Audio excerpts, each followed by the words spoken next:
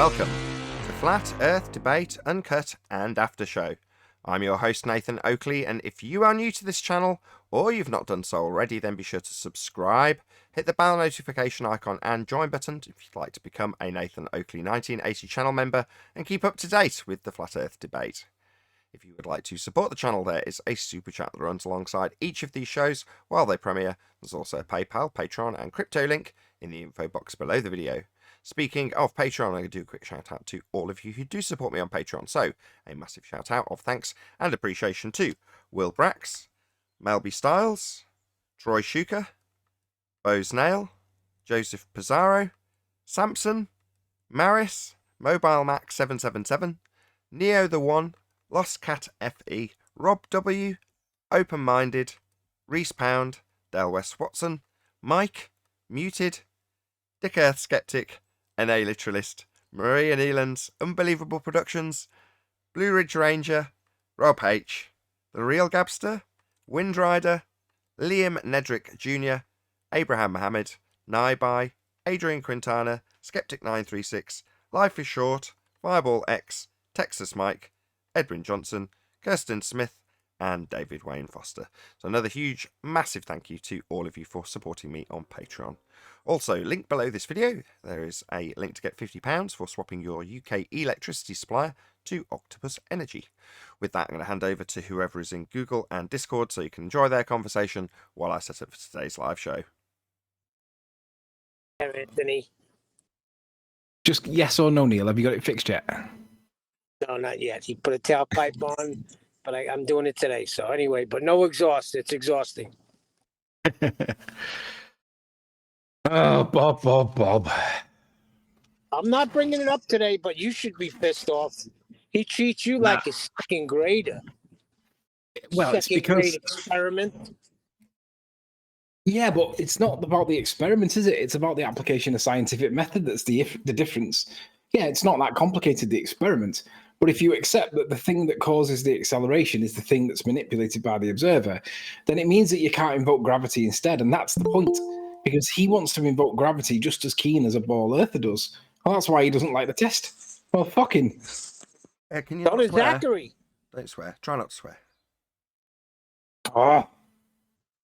Yes, hold your peace. You get so many. Morning from Did you Discord. watch I use up the majority. 10th? Did you watch Bob on Globebusters last night?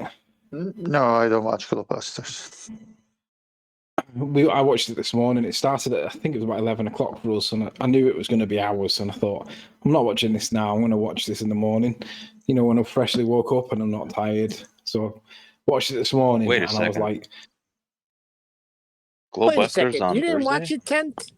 Yes, there was a No. Globebusters special. How were you in a report. chat with us? Hold on, Oh, I Neil. followed your guys' chat, but I didn't watch it. Guys, just hold on 1 second. Yes, Righteous, there was a special report. I didn't watch it either, but I know that, yes, there was a show that was live today. Yesterday. Okay. Well, my chat comes up on my phone whenever someone chats. So when I saw it come up, I just followed it and typed in every now and then with a few good puns, and that's about it. Actually, it was Wednesday. I think they just played it yesterday. So what was it about? Dialect acceleration. Incoherent diatribe. Is this He was why you're trying to in give the Mr. class- An He was trying to audience. give... Guys, from this point on, please can you just play this straight? Please? He was basically arguing the case that you assert, which is the incoherent dielectric acceleration point. And to be fair, his position's changed from the last time I heard him talking about this.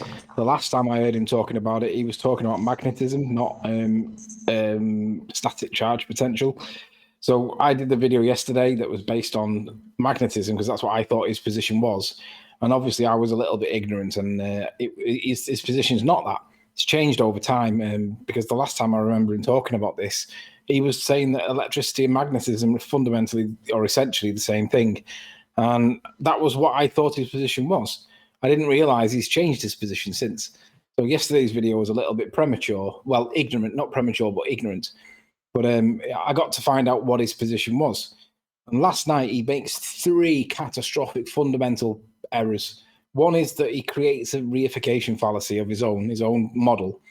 So that within his own context, his own confines, in his own pen, he prowls about like the lion on the prairie. And in that model, it makes sense. But if that model doesn't match reality, then he's reifying, and that's exactly what he does last night. The second thing he makes that's a major error is that he puts in they acknowledge that there is positively charged ions up in the atmosphere, and everybody accepts that. That's not contentious. But he ascribes the Earth as a negative value. Well, that is contentious because the Earth's not negative. It's neutrally charged. It will conduct. It will take current, but it's not an attraction to positive energy, because otherwise we wouldn't get the buildup of static charge. Static charge is trapped. That's not energy. fully true. That it can develop, but that's what he's just Yeah. talking about. It can develop one, but that doesn't mean that it just is one. Is that what you? I don't know if that isn't what you've just said though. You've just said no, it isn't, which is a bit too emphatic. I was going to say about lightning afterwards. I was going to say that we do see discharge. Okay, I haven't listened. I haven't watched the show. I shouldn't be premature. My bad. Carry on. So the second one he does is he charges the Earth with a negative charge, which means that the positive charges in the atmosphere would then flow down to Earth. But that doesn't happen, because if it did happen, we wouldn't have buildup of static charge, because static charge is the buildup of charged particles with nowhere to go. That's why it's called static. But because he puts a negative charge to it, that's where he gets the flow from. But the Earth's not negatively charged; it's neutral. Hold on. It What can flow? be in electrical storms. Hold on, please be more specific. I'm sorry, I'm drilling you, and I haven't watched. What flow? The energy flow from the positively charged ions in the atmo down to Earth does happen in an electrical storm, but we see it in the form of lightning. No. We're talking about a downward bias that's being asserted here. Are you asserting that this bias is because of a continual stream, a downward flow, as opposed to lightning? No, that's Bob. Something else. No, that's Bob's position. I know it's Bob's position. I'm asking you to clarify his position. I know it must be painful. Yes, that's what he says. A bit less concise. So, is the position that there is a continual downward flow which gives us this downward bias? Is that the assertion? Yes, that's his position. Okay, I can debunk that with a kettle. Well, it's debunkable with a plug. I mean, I use the plug in my response video that I'm doing now, which I'm going to premiere right after the show. But basically, in the UK, we've got a 3-pin plug. We've got the live, or the hot wire that you guys refer to. We've got the neutral, negative, the return, the other one that you guys have too. But we've also got Earth. Now, the point is that the Earth one is there basically to absorb a lot of the shock if there's a short circuit. But it's not an attractive pin, because the Earth and the live are next to each other in the plug. So if it was attractive, the plug would become a spark plug, but it's not. It's the safety net that allows electricity to pass through that pin in the event of a flaw in the wiring or whatever, and it's to take the shock away from the bloke that's doing the mistake.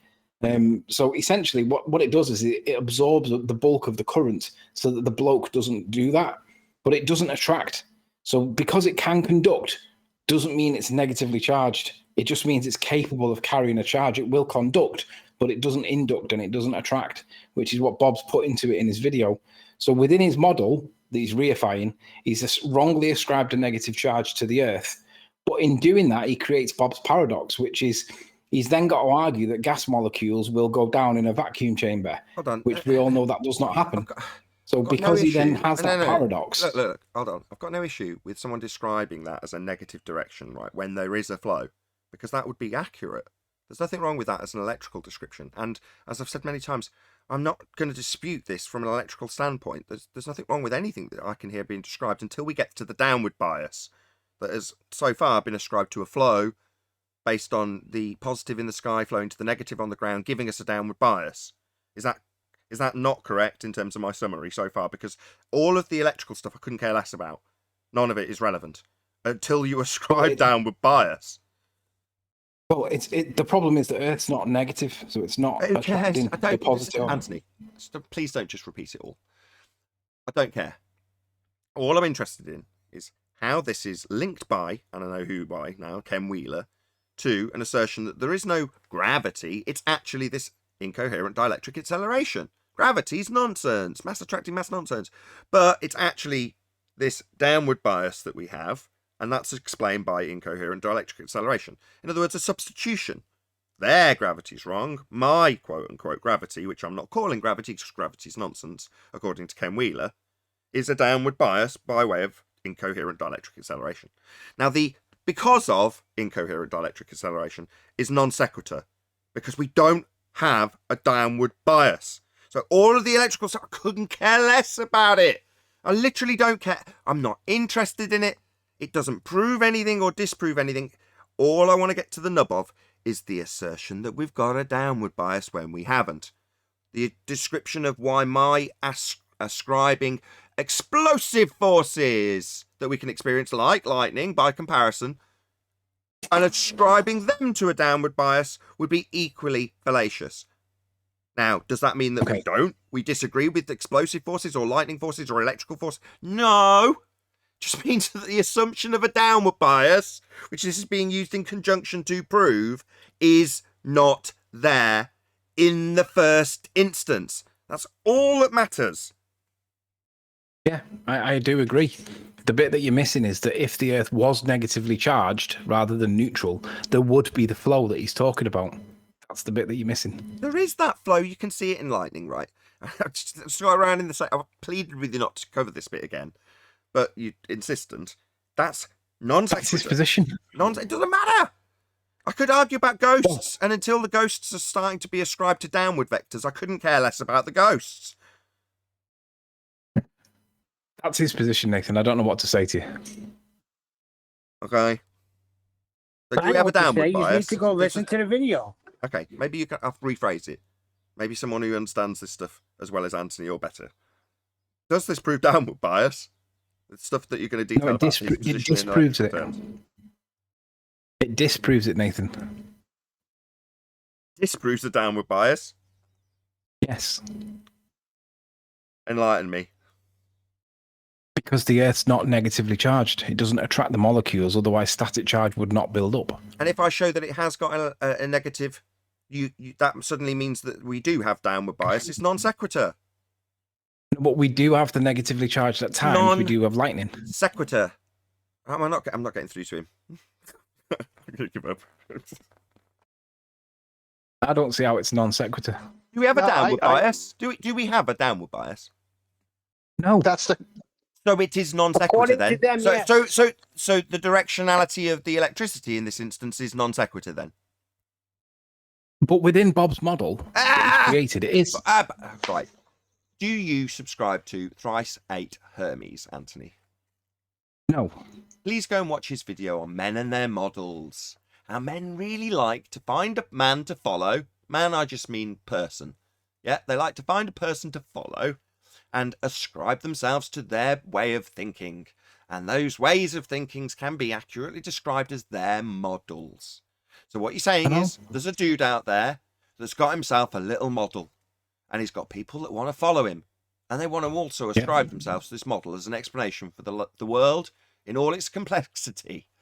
Now, if they want to do that, right, let them. Right? Me, I'm all for personal, individual, critical thought. You know, type of research that lets you down a rabbit hole where you find there is no beginning to the story that's being told. You know, what would you call it? Primary source. You know, that is something that people can do off their own back. But they don't want to do that. They're lazy. This guy over here has done it for me. Check out his model. I can ascribe myself to that model. That's a way I can think. That's a paradigm I can get behind. More fool them. We're here telling you, no, you don't need models. They're pseudoscience. The map is not the terrain. That is the point that I was getting to. Because his model works if you have a negative ground, then his model works. But that doesn't match what does real work world. mean? Love it. What does work mean, Anthony? What's work? It would match real world, but it doesn't match stuff, real world. That's not work. A mirror is not work. What's work? Doing stuff. Yeah, right? doing something. Models don't do stuff. They don't physically have any attributable effects in our nature. So, no, they don't do any work. Nature does work, and you can try and describe that work with a model. And then you can draw correlations with the model. But the model isn't the terrain, doesn't have any causal influence, it doesn't do any work. But within his model parameters, it does work. Don't care. Yeah. May I say something here? Yeah. I'd say something after you. Yeah, go ahead, but let me finish. I understand what Nathan's asking for. Can you show to us in nature right now this downward force? And the answer from Anthony is no. And Nathan says, No. okay, then I'm not worried about it. But then I Anthony agree. comes and says, hang on. And then you come and say, but Bob in his model, if it works, does work. And Nathan says, well, it doesn't matter. It's not reality. So who cares? We're both we all agree. We're all saying the same thing. Just Nathan's That's it. premature. That's all. My turn. Oh, God, what? What? Premature about what? You've jumped down my throat before I got to the end of it, because essentially within his model parameters, it may well work, but in the real world, it doesn't work. So he's basically reifying in exactly the same way that the ball earthers do when they ascribe a downwards force. Instead of it being from the sky pushing down, it's from the ground pulling up. So from the ground to like gravity, that's what they do. So within their model, it might make sense, it might work. You can calculate it, but does it work in real world? There's going to be plenty of clown shows out there that are going to do the same thing. Right? And when they cross our path, then we'll deal with them as we have done. But for any pretender clown Muppets like Thunderfoot or Ken Wheeler, or in this instance, Bob Nodell. Bob Nodell becomes one of them. I know you've got a thing for Bob. It's okay. No. Chill. He's guilty. He makes the same fallacious argument as Thunderfoot. So Fine. if Thunderfoot's a clown, I get it. I know. I get it. And I'm listing him in the list. There's a very simple description for anybody who wants to claim a downward bias, right? Does gas go down? It has mass. No. Right. So therefore, all you have to ask them, in this instance, somebody would just need to ask Bob, in your examples, what happens to gas? Does it pool on the bottom? Nathan, He said there's few exceptions, and gas is one of them. Helium is no, one he of said them. there was no exceptions. He said there was one. But He said it last night. The other guy said it. The Zachary guy said it. No, Bob said that. Bob said that the gas does go down and go boom, boom. That's what What? Bob He did say that, yeah. Savage asked him. Hello, everyone. Savage asked him, he said, does everything go up, Bob? Does everything go down, Bob? And he says, yeah. He said, does gas go down? And then Bob said, well, helium's the lightest known gas that we've got. I forgot about hydrogen, but minor point. He said that pools on the floor in the basement of the vacuum chamber. And I was like, he's become Thunderfoot. He's been pushed into a paradox that he can't get out of. Okay, but this device right here crushes the relative density disequilibrium argument. Absolutely crushes it, because there is nothing that you can claim here where anything is going from a less dense to more dense medium. It's in a vacuum. It's all the same medium, and yet there is still a downward acceleration, and that downward acceleration does change from place to place, and even sometimes in the same place. Right. So Bob, does that, at the risk of sounding stupid, and I'm feeling pretty stupid at the moment, but does when you say everything goes down, do you mean gases as well inside this device? Even gases will, yes, because if you have helium, and helium is the least dense gas we know, right? Mm-hmm. But even helium has to be, if it's going to rise, it has to float up on something, right? Well, if there's nothing to float up on, then what's it going to do? It's going to sit on the bottom. Sit on the bottom. That's really interesting. I didn't know that. And do they have these sort of devices, bigger devices than these? That, because I'm just thinking about Zach's balls. What? What is it with these people Now, with balls? I don't know whether John did that intentionally or inadvertently, but he basically sliced off Bob's neck there. Bob was put into a position of stupidity. So it's like, Bob, you're gonna have to accept that gas pressure will bounce around in the vacuum. It doesn't pool on the floor. But will he do that? We'll have to see. That is the most preposterous thing I ever heard. So he's asserting that you put helium inside a vacuum. Well, we've got plenty of demonstrations of that. People putting helium inside a container, that would be a balloon, inside another container that has the gas evacuated. And when the balloon pops, the gas fills the space equally in all directions. It does not pool on the floor. What an absolute absurd nonsense to back up a claim that we've got a downward bias. Yeah, basically, you're right, Anthony. Bob, Ken, and Thunderfoot are now all in the same group where they have to assert that gas goes down, go boom boom. No, that is incorrect. Gas expands in all directions, all vectors, not down with a bias. These people are clowns. But if we reel this back a couple of steps, this is all based on his downward bias perception, which was based on Earth being negative, which was based on his reification of creating his own little domain called his model. Well, isn't that the whole problem of everything that happens in the world when people start modeling shit out and not applying it in real world? I was thinking maybe I should suggest that he tries this, but then I'm thinking, well, this is absurd. Why would I say, Bob, go and release some helium into a vacuum and watch what happens? It does not pool on the floor because there's nothing else for it to push off. It just expands in all directions. That's what gas does in all instances. And it's not because the gas around it in our air that we're breathing on a day-to-day basis. It's not because that air is being pulled down to push the helium up.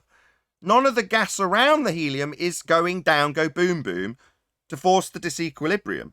That is not what is occurring. Gas doesn't go down, go boom boom. It expands in all directions. So me saying, well, go and try your little, what is it, thought experiment? Because it certainly isn't reality when you say, well, in a vacuum chamber, you release helium and there's nothing else for it to press on, so it's going to be going down, go boom boom. No, fundamentally incorrect. It's absurd. I'm very disappointed. Bob, what gives? You think gas goes down, go boom boom? You want to tie yourself to the same nonsense as Thunderfoot? Okay, that's a real disappointment, but that's the situation we now find ourselves in, isn't it? How disappointing. What's now really interesting is we can actually use the Rumpus, who knows that that doesn't happen. So we can use Rumpus as our hostile witness, which is unusual because we don't normally get to use Rumpus as a hostile witness. Well, we can use Rumpus to basically correct Bob and see what Bob now does, because is Bob going to want to be Thunderfoot? No. Is he going to want to concede and admit that that doesn't happen? No. So what is he going to do? He's caught between a rock and a hard place with nowhere to go, but he has to go somewhere. So what's he going to do? Come on, Bob. There's no what is your hard, position? there's just a hard place. Being wrong. It's tough life. We've had to be wrong in the past. Bob, you're wrong. Now, I'm not saying this because I want to have a jab. I know you've got a history. This isn't that, right? This is you being wrong. Gas does not go down, go boom boom like bouncy balls poured into a fish tank. If you've got a vacated space and you fill it with gas, it just expands in all directions to fill the availability of volume. That's what gas does. So you're wrong.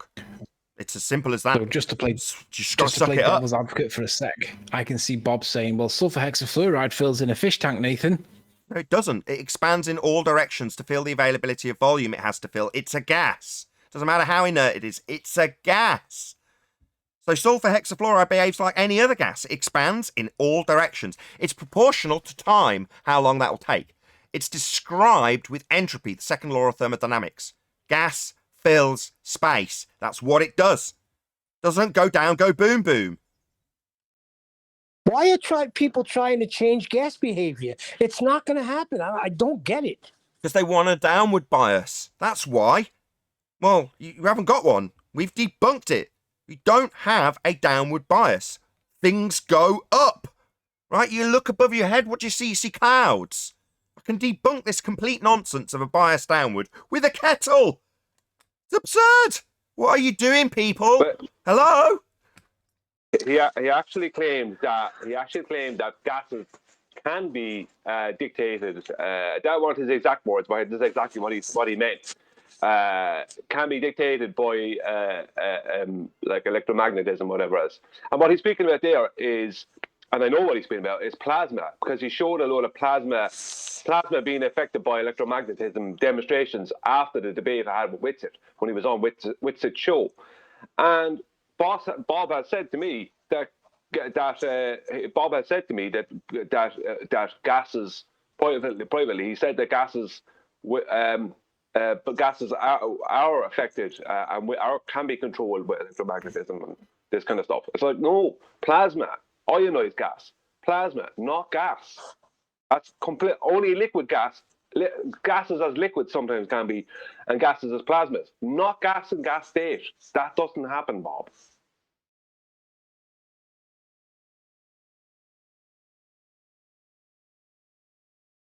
Sorry, were you talking to me? I stepped away for a second. I was, No, no. I was making a you big just speak statement. up. I thought I waiting for you to say, yeah, Brian, but not. Hey, can I just I pipe can't in real leave once quick? the show goes live, so I have to get drinks and stuff. Well, let me just pipe in real quick. If you have a vacuum chamber, there's absolutely no gas in it. If you introduce a balloon with helium, then the helium is within the chamber of the balloon. When that balloon pops, you no longer have a vacuum chamber because there's gas in it. Now, if you take out that helium out of that vacuum chamber once the balloon pops, do you have any gas in that vacuum chamber? If you take No. the helium back out, no. No. So what is The this? point- What is this whole point of the gases go down to the bottom in the vacuum chamber? They don't. Well, then you don't have a vacuum chamber anymore. No, well, that implies gas at the bottom, vacuum at the top. No, that's not how gas behaves, I'm afraid. High pressure to low Right. pressure, the gas will equalise in the chamber. That's what gas does. I mean, this is really basic stuff. But basically, when you've got a downward bias, you lead yourself onto a road where you have to assert the gas goes down. It doesn't. Right. You're right. And I agree with all that. But at the same point, you no longer have a vacuum chamber because you still have gas in it. Can I ask a question?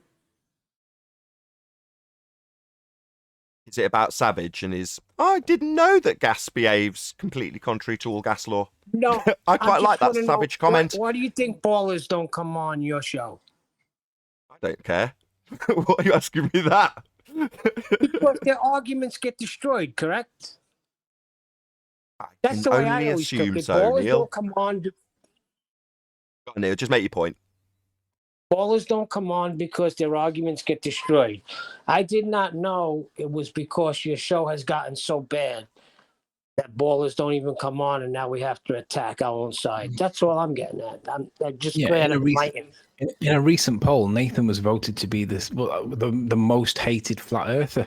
So we had to discover what most hated flat earther was. It was 66% of people hate Nathan the most because he's the worst flat earther. Well, what does that actually mean? It means that he kicks your asses that much. You said it was worst. That's how you told me last time when you told me about this. You said it was worst flat earther.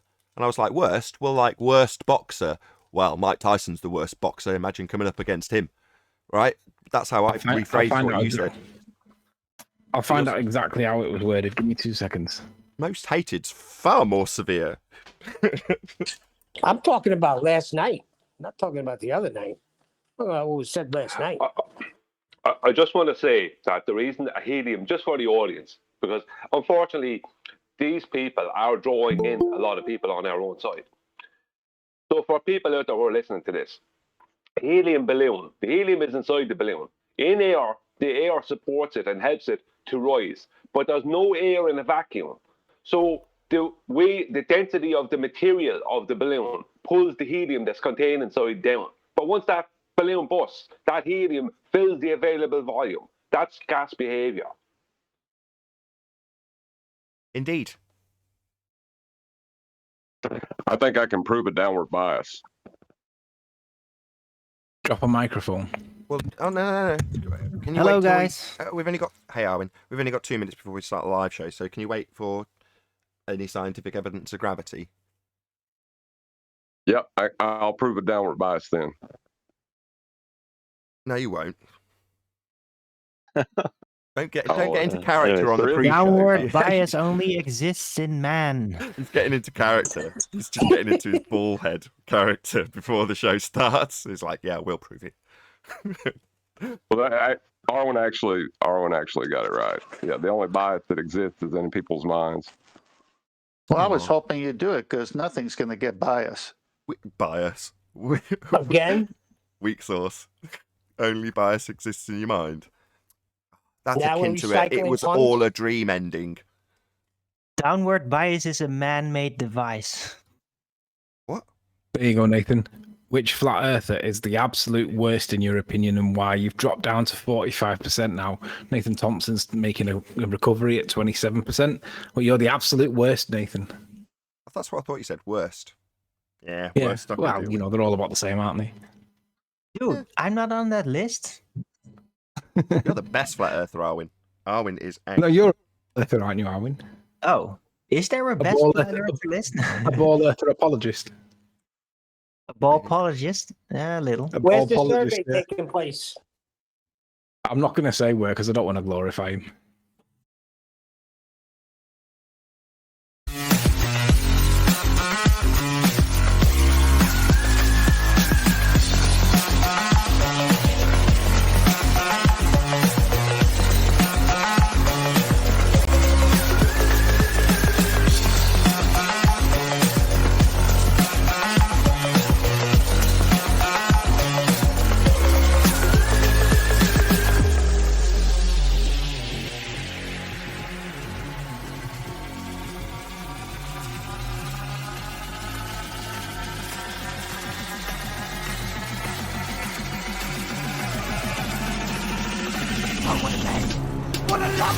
Welcome to Flat Earth Debate Live. I'm your host, Nathan Oakley, and if you are new to this channel, or you've not done so already, then be sure to subscribe, hit the bell notification icon and join button if you'd like to become a Nathan Oakley 1980 channel member and keep up to date with the Flat Earth Debate. If you would like to support the channel, there is a super chat that runs alongside each of these shows while they are live. There's also a PayPal, Patreon and crypto link in the info box below the video. Also below the video there is a link to get £50 for swapping your UK electricity supplier to Octopus Energy. Most importantly, if you'd like to join the discussion, simply mute the page you are currently watching, then click the link in the info box below this video to join the panel and express your views on the nature of Earth. If you do join, please don't swear. If you do, you'll be ejected, and if you are, please don't try to rejoin the stream using sock accounts. You'll be warmly welcome back on the next stream. Please also share the show on social media. Sharing the show obviously increases the live audience, but this in turn increases the chances of a more diverse panel, so please share the show on Facebook and Twitter. One last time, if you're new to the channel or you've not done so already, then be sure to subscribe, hit the bell notification icon and join button to keep up to date with the Flat Earth Debate. Now we are joined by Neil, Sleeping Warrior, 10th Man, Arwin, Father of a Stolen Child, Brian's Logic, and a whole bunch of people on Discord, so welcome one and all. Good afternoon. Everybody. Happy Hello. Friday or Sunday. Hello. Ever since I said please Happy don't Friday mention or Sunday. don't mention the day that we're broadcasting live, because it's often Oh, broadcast at a right. different time. But every day since I've said that, somebody has mentioned the day that this is recorded on. Anyway, Yeah, you idiots. Right, that's why That's I say our- Friday or Sunday. Right? That's Arwin's slightly awkward persona for you. it's one of those awkward things that I Don't switch remember. the light off. You know, Stephen Fry, when he hosts QI, it's one of those awkward things that I can hear in the tone of his voice when someone else brings it up. Like, don't mention the day we're filming it, because it's probably not being watched on that day. So, you know, but he's a much more polite person than me in terms of his bluntness. You know, I've got a very low standard in terms of my professionalism on this type of show. So to try and yank that up out of the dirt rows of horribleness is quite some feat. So I've got to be blunt.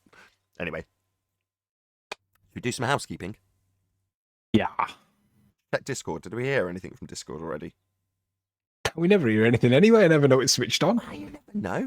Can someone say hello from Discord? Oh, we did. We had a chat with Righteous earlier. That's right. DDD. Hello. Perfect. Any evidence of a downward bias? Well, we can start there. No. I don't mind. Any scientific evidence of gravity? Definitely no scientific evidence for gravity. But there's a I will say downward this. bias. I'm curious to That's see not what downward Bob Mandel bias. did on Globebusters yesterday. So I'll plug that in because I don't know. I'm excited about it.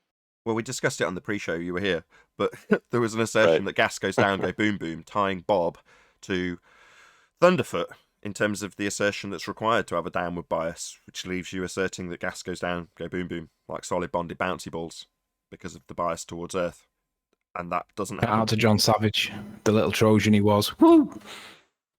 Well, should I just play that clip that you sent me? Okay, I I'll don't just know. play it. So, Is it actually worth? Yeah, you should play it. Nathan. well, I'll You should play it. contextualize it first. So, what? Just because not Adam, Sleeping Warrior's already mentioned this to preempt it. So, rather than poisoning the well, there's an assertion that gas goes down, go boom boom. Let's try that again. There's an assertion that gas goes down, go boom boom in this particular section that Anthony's trimmed out from yesterday's live stream special report from Globebusters. And in it, John Savage is like, "Oh, I didn't realise gas goes down, go boom boom." Now, it's not being phrased that way, but that's essentially what's being said. So I'm going to play the clip out and...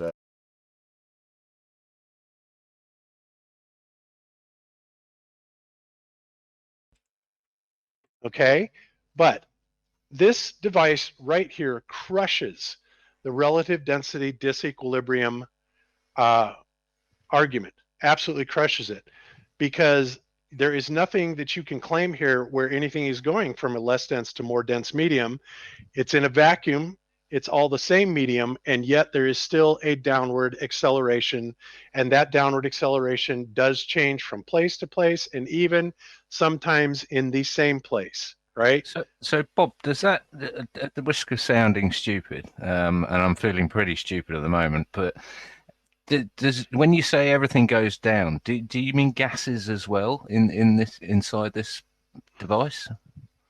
Even gases will, yes, because if you have helium, and helium is the least dense gas we know, right? Mm-hmm. But even helium has to be, if it's going to rise, it has to float up on something, right? Well, if there's nothing to float up on, then what's it going to do? It's going to sit on the bottom. Sit on the bottom. That's really interesting. I didn't know that. And do they have these sort of devices, bigger devices than these? That, because I'm just thinking about Zach's balls. Okay, so as I say, this leaves the person in a position where they're having to assert that helium will go down, go boom boom, release it in a vacuum chamber, and it'll sit on the bottom. No. Can I just give a shout out to incorrect. hydrogen gas? It's less dense than the helium. Shout out to hydrogen. Doesn't matter which gas. Any gas in that chamber will just expand in all directions to fill the availability of volume it has to fill. That's what gas does. So no, gas does not go down, go boom boom. Well, gas might go down, go boom boom if it's contained within a container limiting its ability to spread in all directions in the available volume. No, it'll But still that part is not being addressed though. No, it'll still expand in that container. So for example, as you can find very easily if you Google search it, if you put a helium balloon, that would be a container limiting the height, if you will, that it can go up, but it's still going to expand in all directions in the helium balloon until it pops because of a lack of pressure on the outside of the balloon due to the pressure on the outside being pumped out of the chamber. But upon that popping occurring, it will just expand in all directions to fill the availability of volume. It won't pool on the bottom, asserting that you've got a vacuum at the top and something at the bottom, a layer of helium. No, that is not gas behaviour. Guys with a downward bias, right, you're just going to have to get used to this, guys with a downward bias. You can debunk it with a kettle.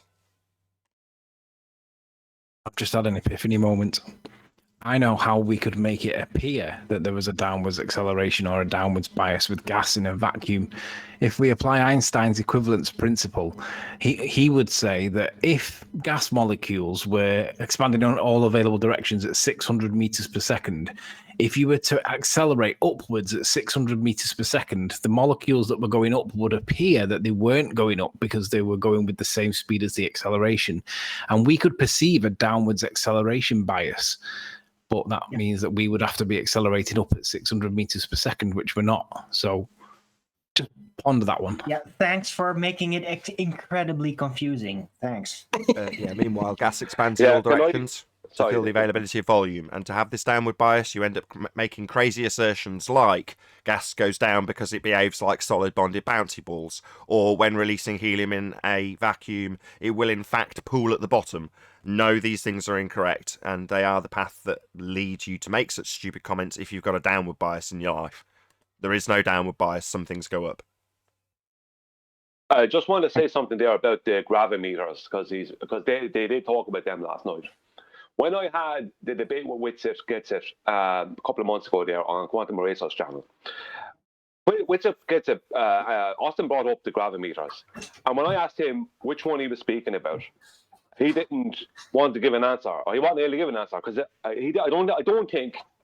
didn't get any straight answer, but I don't think he even realised there was two different ones. And Bob didn't realise. I know Bob didn't realise it. And Jaron, although I'm not adding Jaron in here because he actually did a bit of research on them after that debate, but he didn't realise it either. So Bob was pushing gravimeters, as a proof of a downward bias when he didn't even know there was two different ones. There is an absolute, which is basically a calculation. It's based on 9.8 M2, right? That they base the whole of the absolute on 9.8 M2. Then there was a relative, which is calibrated off of this other one. So they're starting with a pre-assumption of 9.8 M2, right? And then what they do with the relative one, they, as Bob just said there earlier, they go from place to place, and what happens is they drop a weight through a vacuum space within this relative gravimeter, like a little steel ball or some kind of weight. That's what maybe they've changed it with. I think there's some changes with the newer ones, but that was what they did all along, the same thing, right? And when they drop this steel weight, there's nothing around the weight, so it drops just down to the bottom because there's nothing there. There's no friction. There's no gas, no anything in this vacuum chamber within the gravimeter. So they drop this weight and it goes down to the bottom. They pre-assume it fell at 9.8 meters per second squared because they can't measure how fast it's going. They just pre-assume it, right, based on Charles Ferdinand Boy's calculation from 1896. And when they, as Bob said, they could do that in my kitchen today and then come back tomorrow and get a different reading, right? Because the air pressure in my kitchen could be different, right? That alone could change it. There's all kinds of factors could change that around. So all they're doing is putting a helium balloon into a vacuum chamber and it going down to the bottom. The only difference is they're using a steel ball instead of a helium balloon. There's no difference. It's total and utter assumption, 9.8 M2 nonsense. That's what it is. And that's why they can go from place to place and get different readings, then come back to the same place they were at and get a different reading there. The helium balloon. It's absolute manure. The helium balloon in that example is a container. So inside that container is the helium pooling at the bottom of it. So you've got like a really saggy bit of balloon at the top and a really stretched bit at the bottom because it's all gone to the bottom. Does that or does it expand in all directions inside the container in this example, a balloon? No, the helium in the balloon is forcing itself out at every available portion of that balloon. The helium is trying to escape, and what happens when the pressure drops enough, the balloon busts and the helium fills the available chamber. Indeed. Wow, sounds like what I said in the pre-show. Any evidence you can have gas pressure without a container? No, that's absurd. Well, if they have gas going down, going boom, boom, it's possible. But if they don't, then, you know what I mean? It's pretty difficult. But gas going down, go boom, boom. Still don't think you can demonstrate that without a container. In fact, I don't think where's this containerless space that we know of? But when Ted said after the balloon bursts and the helium disperses, it's no longer a vacuum chamber, correct? It's got gas in it. A chamber, you say? Yeah, isn't the chamber a container? Yeah, so the container stops being the balloon and becomes the chamber itself. Yes, Neil. Can I just play devil's advocate for a sec for Bob? By all means. Why would you want to do that? He does what Rumpus does right at the start of an argument. You know how Rumpus will get like a shady little secret out straight away that you miss because he's just being polite and it's right at the start. This whole conversation was all in the confines of Bob's model. He did clearly state at the beginning that within his model that he's created, the confines of his model, this can work. It's not his model. It's Ken Wheeler. It's Flat Earth Society 2.0 Electric Universe nonsense. That's what it is. But he did. It's not his model, Ken Wheeler's. Yeah, but he preached it. It becomes his because he preached it. But it's his model, though. What a Was funny I hearing coincidence. wrong when he said that they know how God created matter and where matter comes from? Yeah, he spoke it into existence. Gas pressure Yeah, he without a spoke it into container. existence. Just for the relevancy of the show, there is a overriding Western worldview that the sky is a vacuum, that we have gas pressure without containment. Any evidence that that's possible? No evidence. Within Bob's model, though, It can be. Yeah, Yes, yeah, that's- but the whole globe model is falling apart because it doesn't match reality, and now Bob's model is falling apart because it doesn't match reality. Wait a Yeah, but second. if it works in his model, Yes, Nathan. But who cares what's happening in the model? We want reality to offset what the model is. If the model is going to be held up as akin to be equal to what we observe and experience in reality, and it falls short of it, then the model is wrong. Models What mean if you- nothing unless they scientific models are the only thing that matters, and they have to be supported by experiment, scientific experiment that adheres to scientific method. I mean, But give what me if- even showing the citation of this. I thought models What were if I- pseudoscience. what if I calculated the frequency in which the discharge of the molecules from the sky down to the Earth and gave it a probability calculator? We'll call it the Bobsman formula. We could call it the Bobsman formula and if I could calculate these things, then that would kind of add credibility to my model, wouldn't it? Dude, No. why don't you just write a book No. about him? Yes. Anyway, as Tenth points Serious. out, there's a Western worldview, Call it the a book of the- heliocentric model, where people already think that they've got a sky vacuum. And somewhere else, I'm sure there's someone else that's got a crazy model that doesn't actually match reality. And even if it did, it wouldn't be the terrain you stood on. It wouldn't be reality. So while there's other people out there with their crazy notions of how the world works, there's ultimately a mass idea of a sky vacuum. There's no such thing as a sky vacuum. If There was a is in his vacuum- model. If there was a vacuum outside of us and no containment, and all the gas we're breathing now, we wouldn't be breathing it. A gas pressure gradient cannot form within a vacuum. Indeedy. When you have reality, you don't need models. Yeah, but if I have a model, then Well within my said. model, I can be right. Then you don't have reality. You have a model. Anthony's Yeah, right. but Yes, you can do what you like in a model, Anthony. So what? well, it just means that I can explain the real world, Nathan. No, it doesn't. It means you can do what you like in a model, and models aren't real world. So it doesn't make any difference to the real world we experience if you can describe something in a model. You can draw your correlations, but it has no cause. It's not science. It's not explaining an effect. So who cares? In this case, Well, the they effect that's that being models are explained with this essential. nonsense is an effect we don't experience. What downward bias? It's like having a conversation with someone and say, "Can you show it to me?" No, but I have this model, and in there it works. Yeah. Anyway, any That's evidence? the way we all see it. Any evidence of the distance to the sun? Only in their model. 93 million What miles. has been is- debunked. No, the sun. there was no evidence of the distance to the sun. No evidence. Well, there's evidence that's not 93 million miles. Or we've debunked R. Any evidence of the R value used to assume the distance to the sun? No, that's completely gone as well Black because swan. there's no physical geometric horizon. All horizons are apparent only. Well said. Very concise.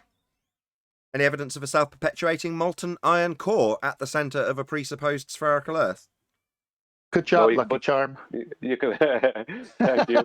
You can put that in the basket as well. There's no evidence of a self-perpetuating molten iron core, you know.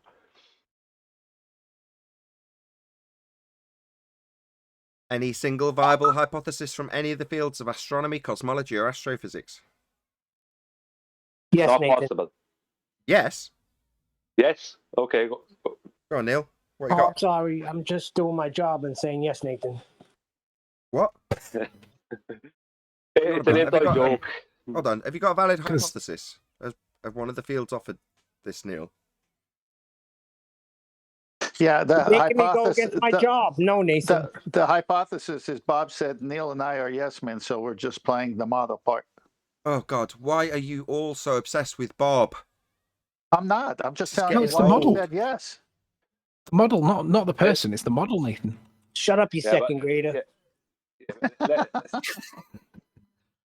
Let's stick to the house creating questions though, because that's what Nathan wants. Let's deal with this first. No, Nathan, it's not possible to have a valid hypothesis from those disciplines, as they can only observe the phenomenon. They can't manipulate their presumed cause. Will they No ever? offense to them. No offense to them. There's nothing wrong with them. It's just they can only create a story based on what they see. They can't prove the story. Yeah, but Oh, that's part of the Irish are They're so creating hospitable. Look, look, look. No offense, but your entire career is a sham. No offense. You're not a scientist and you can't do science. But no offense. None intended. I'm just trying to be fair as possible. Just being polite. You're a fraud. I did hear I But did hear isn't that Glover part of why yesterday we're having say this problem? that their predictions. Go on, whoever's trying to get that in. Was it from Discord? Paul. That's Paul. That's Paul. Go I ahead, said Paul. I did hear Glover yesterday say in astronomy, I can make a prediction of what I will see, and if I don't see that, then it invalidates my prediction.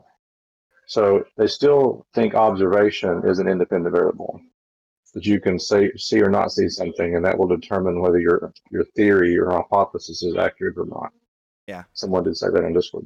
So in demonstration, the flaw in that is to say, I can see a boiling hot spring. I think it's acid content that causes it. And then you close your eyes for 25 seconds, open them again. Look, check it out, I observed it again. It's still boiling. That's science, that is. No, it's not, no. No, varying what you think caused the effect and validating it. That's science. So, like my 5-year-old experiment that we do in primary school, as simple as it may be, when you apply scientific method to it and you give that thing that you think causes the effect a bit of a nudge, and it causes the effect. However simple that test might be, the point that's proven is the whole purpose for why I did it. Shout out to scientific method. It weeds out science from the pseudoscience. Yeah. You varied your assumed cause of the effect and it caused it, invalidating your null. Like we all didn't do that. Well, what I would say is the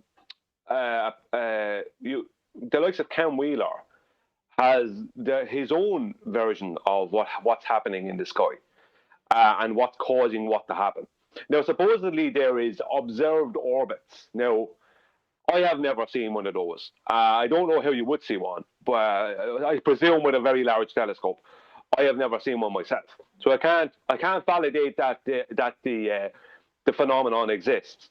But it is claimed that it does exist, and it is claimed from astrophysics and other disciplines similar that it's due to the curvature of space-time that causes these apparent orbits. No, no. Pseudo four-space geometry isn't causing anything. Well, I'm only talking about their claims. I didn't say it. It was just that's what they claim. Yeah, they make. Are you saying that they see I'm not orbits? finished. I'm not finished. Then you have people on the electric universe side, Ken Wheeler types, who are then claiming that it's due to some kind of dielectric incoherent acceleration or whatever, right? Now, none of them can prove any of that, because the first thing they'd have to show is the phenomenon, number one. And number two, all they can do is make up stories. And the story a homeless guy on the street makes up is as valid as theirs, because none of them can prove it.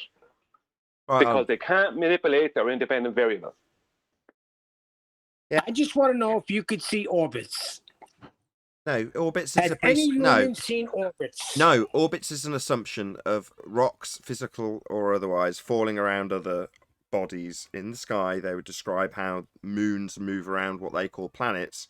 When you track them over periods of time, they assert that as a body of mass falling around another body of mass, and then they extrapolate that out into us falling around the sun. The presupposition. Orbit begs the question. Yeah, I can't get behind that. If you're actually seeing it through a telescope, that's another story.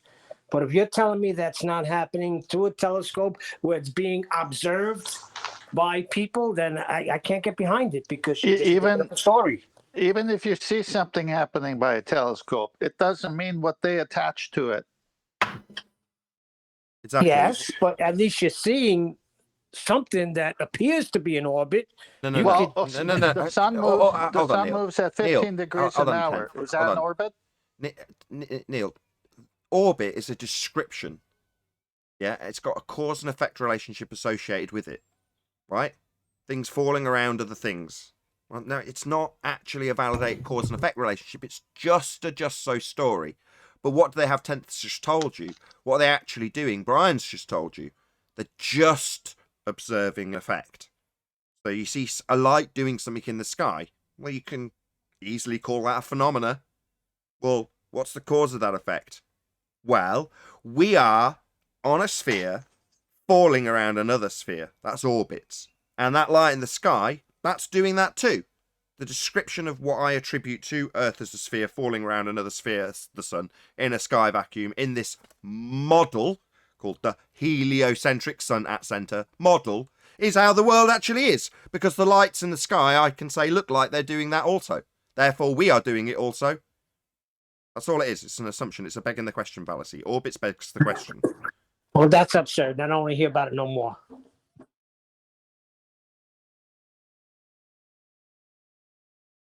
Any evidence of Earth curve? Physical geometric sphere edge horizon, formerly known as? Not that I'm aware of. Why would you expect to see Earth curve on Earth that's supposed to be curved? Because the Earth curve, if asserted as asserted, would have physical geometric limitations that block the bottoms of boats and buildings, as described in orthographic hijacking perspective curve calculators, where they assert precisely that. The physical geometry of Earth gets in the way of things and causes them to be obstructed from bottom up, in a feet and inches value that does not change with distance. However, the angular size of things does change with distance, and this has been hijacked and called Earth curve to assert physical obstructions at geometric tangent points, formerly known as Earth curvature, the physical obstruction at the horizon, i.e. they claim the horizon is physical Earth curve blocking your view. Meanwhile, we only have one horizon. The horizon in Earth curve maths is physical and geometric, and the horizon we see in reality is not. The horizon is not Earth curve. It is not physical. It's not blocking boats and buildings. It moves with the weather. It's not a geometric tangent point, and the Black Swan has demonstrated that to the point where their own side, on the globe believing side that is, tell us how non-geometric it is. In other words, how it's not Earth curve. That's the rebuttal to the Black Swan. We wouldn't expect to see geometry. What, the geometry that blocks boats and buildings? Well, okay, we wouldn't expect to see Earth curve. Earth is flat. Welcome to the club. Who said that? Chocolate? Chocolate? Is there? Morning. Oh, he's okay. Hey, Chocolate. Do you know what triangle? Are any of the three lines that, let's say, that make up a triangle, are any of them curved? No, in order to do the geometry they require, which Euclidean, if they're going to be measuring anything that they're going to put on a map, they're going to need straight lines, not curved ones. And that's how they measure it. Yeah, and that's how, see, because of that, Chocolate, that's why you can't expect to see the curve of the Earth. Because you can't expect them to do the geometry with a curved surface. You just explain Cartesian coordinates for anybody who says, well, GPS has got the word global in it. Yeah. Well, actually, GPS is better served being called the geodetic positioning system or ground positioning system, because that's its origins. So, but they can add in the word global if they want, or goalpost, or any other thing that starts with G. See, but when they're mapping that in the first instance, they're mapping it on a tangent plane, and the tangent bit is derived from a horizon that's imaginary 90 degrees to a zenith that's presupposed to be pointing towards the centre of an Earth that's spherical. Well, that system is then transposed into an actual measuring system that's flat. That's the bit I meant, rather than focusing on the global bit in GPS. Oh yeah, sorry. Oh no. All their coordinates, all the raw data for surveying and cartography, are all flat out XYZ coordinates. They're all Cartesian. There is no curve in their coordinates. There is only elevation. Exactly. And it's then mathematically converted from Cartesian flat out to the flattening of the WGS 84 or NGS 80 the atoms, and then it's converted, if necessary, which often doesn't happen, it's then converted to oblate spheroid. So there's a couple of steps before they get to their belief, but you have to start with reality, which is flat. Indeed. The Cartesian bit is what I thought you were referring to when you were asking about a triangle and whether or not you've got a curved line to deal with. Well, no, and when you're measuring stuff using Cartesian method, you're not going to get a curve to work with that, and that's how they're mapping it out. Why? Well, because it's flat. It's as simple as that. They wouldn't be mapping it in that way if it wasn't flat. Exactly. Why would you do that if it wasn't flat?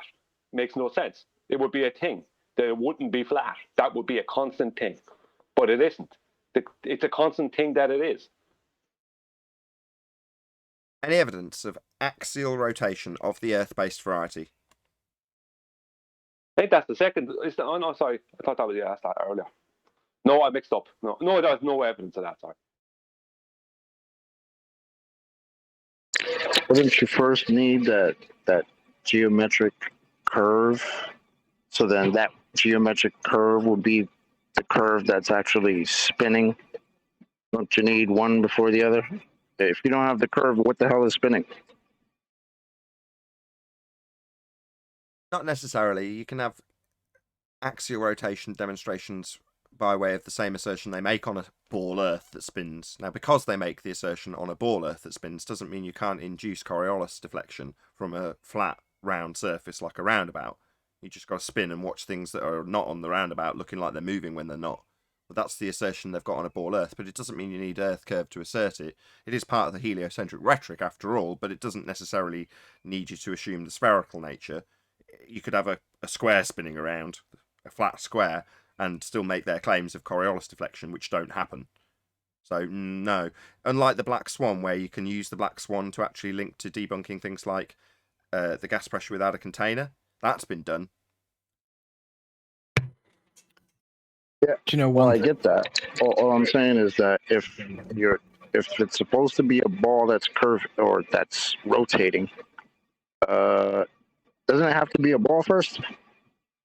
Yeah, absolutely. But if I could get a segue from debunking axial rotation with the black swan, I'd love to see it. I didn't think there'd be one that would link it directly to the vacuum of space, but that definitely is the case. I can't remember who did it and how they did it, but it was a few shows ago now. But somebody definitely managed to say, no, you don't need the gas pressure without a container argument. You just need the black swan because, and then they explain why. I just can't remember off the top of my head how. But I don't think you can do the same with axial rotation. Maybe someone will correct me if I'm wrong on that score. You need the top three. Maybe you don't need the gas pressure without a container as much as it's everyone's favourite argument because it's so concise and easy to use. You can blow someone's mind in 30 seconds with that argument. On the other hand, you do still definitely require a physical geometric sphere edge to have the need for the argument that has the debunking of gas pressure without a container. So once you debunk the assertion of a sphere edge horizon, you've no longer got a sphere, therefore you've no longer got the issue to try and explain away how the sphere in a vacuum works. Well, gas pressure without a container is based on a force of gravity belief. But gravity since 1915 has not been a force. It has been a four-dimensional mathematical effect. And what we are told we will observe is apparent orbits. So technically, in the heliocentric model, there is no actual explanation for how the gas supposedly velcros itself to the surface of the globe Earth. That's correct. And Anthony Riley will testify to that on account of the fact that me and he have had probably 20 arguments about that exact subject. Because Anthony is all for arguing why gravity doesn't hold gas here. I'm like, even in their own rhetoric, it doesn't hold gas here. So why are we arguing about this? And Anthony's reply, because that's what they argue at trench level. I'm like, so Muppets that don't understand their own rhetoric, that gravity isn't overcoming entropy in their current rhetoric of bending force space, that isn't an issue in terms of the bending force space holding gas here. It doesn't do that. It's not asserted to do that. It can't do that. But yet they do, as Anthony has correctly identified, and I argued against. I've conceded since, just so Anthony knows he got the win, that they argue it. Well, can I just put out it's not really a win or a lose? It's the difference between making the decision of do we allow them to beg the question to have the argument in the first place, or do we just say, nope, it's complete bullshit and stop it before it even starts? It's not really about win or lose. It's about the tactic of letting them beg the question. Yeah, but at some stage, as I found, and this was after arguing it for the dozenth time or whatever, that somebody will weasel it in when you're saying, well, this has no bearing when you've got Bending's force base, the current 106-year out-of-date rhetoric of a force that's potentially asserted to hold gas here because it's a force isn't in existence anymore. It's been superseded. So your current rhetoric has no overcome for gas pressure without a container. In fact, in their rhetoric, they say, well, a little bit of gas gets into space. But the rest of it's just the rebellious gas particles because there is no story. We're just left to invent it for ourselves. Bob did say something I thought I did find interesting. He said that if you get a container filled with pressure, gas pressure of some kind, he said, and then over time, he said, if you come back to it, it'll lose pressure over time. And I thought, does it do that? I know that they conserve momentum, and I know that the collisions with the walls of the container are elastic, and there is no net loss. But I don't know where he's got the claim from there that they lose pressure over time. Does anybody know whether he's got anything to support that? Well, there's two ways that could happen. Number one is if the gas would very, very, very slowly escape the container, and number two is if it starts to drop in temperature and it maybe starts to phase change, then you won't have the same pressure inside it. Yeah, but something's got to happen. In ideal circumstances, no, that won't happen. It would just remain the same. I'd love to know what he thinks. This is why it's a bit rubbish that he won't have the conversation, because it's like we've got to now speculate as to why he's got that thought rather than just ask him. But it would be interesting if he'd qualify where he got that perception from, because it's like I don't see how that's possible. But he's obviously picked it up somewhere. Clarify his position. Are you saying that he's asserting that gas slows down? Does it? Yeah, he says that over time, if you get gas molecules in a vacuum chamber, they will lose the kinetic energy over time, and like a clock slows down over time with the batteries going flat. It's like he actually said that, not batteries going flat, but he said that the gas molecules slow down. Okay, so that's one step prior to gas go down, go boom boom. Then, so over time, the gas in the air loses energy and falls like dust. Eventually, it'll end up on the floor. No, it isn't going to do that. That's not what gas does. It has elastic collisions.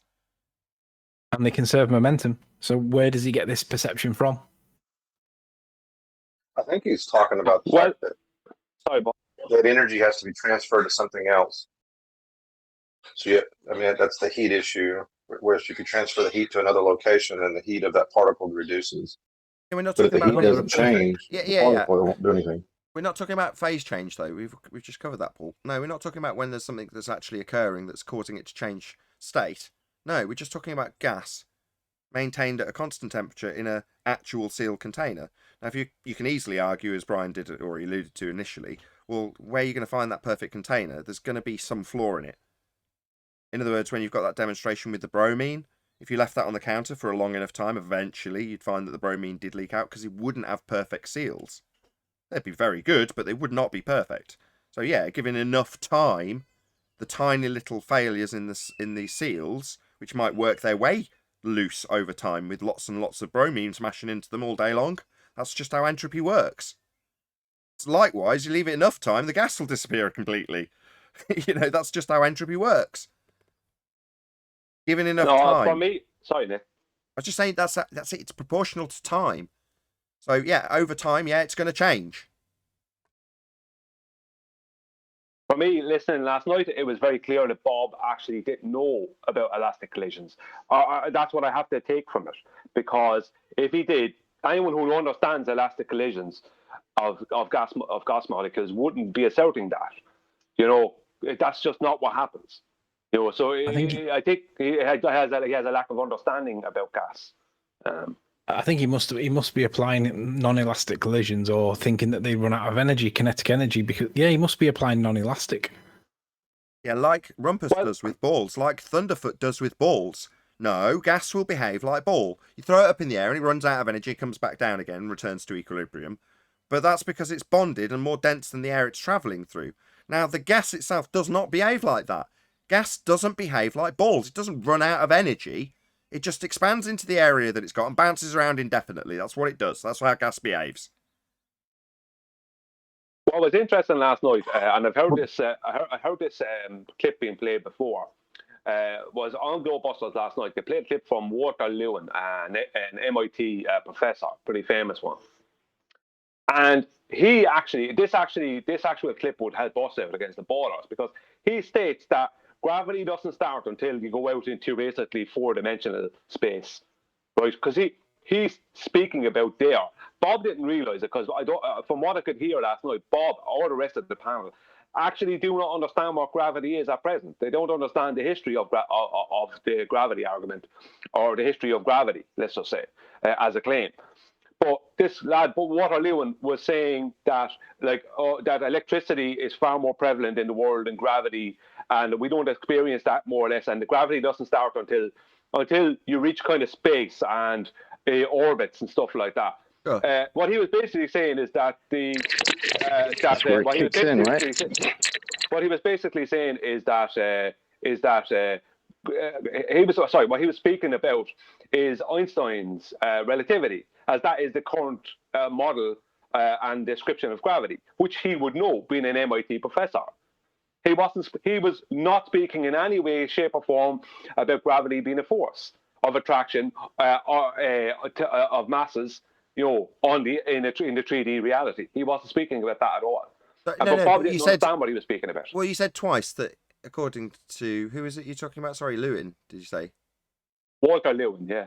So when he describes gravity kicking in, as you phrased it, when you get to force space reality, so which magic wardrobe are we travelling through to get to force space exactly? Well, yeah, he didn't state that. I mean, I'm not saying I'm not using his words verbatim, but that was exactly that's what he was talking about. My words might be slightly different, but we can play the clip. The clip is there.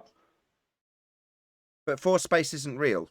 This geometry is describing a non-existent place. There is no pseudo force space. We don't exist in it. It's not real. It's conceptual.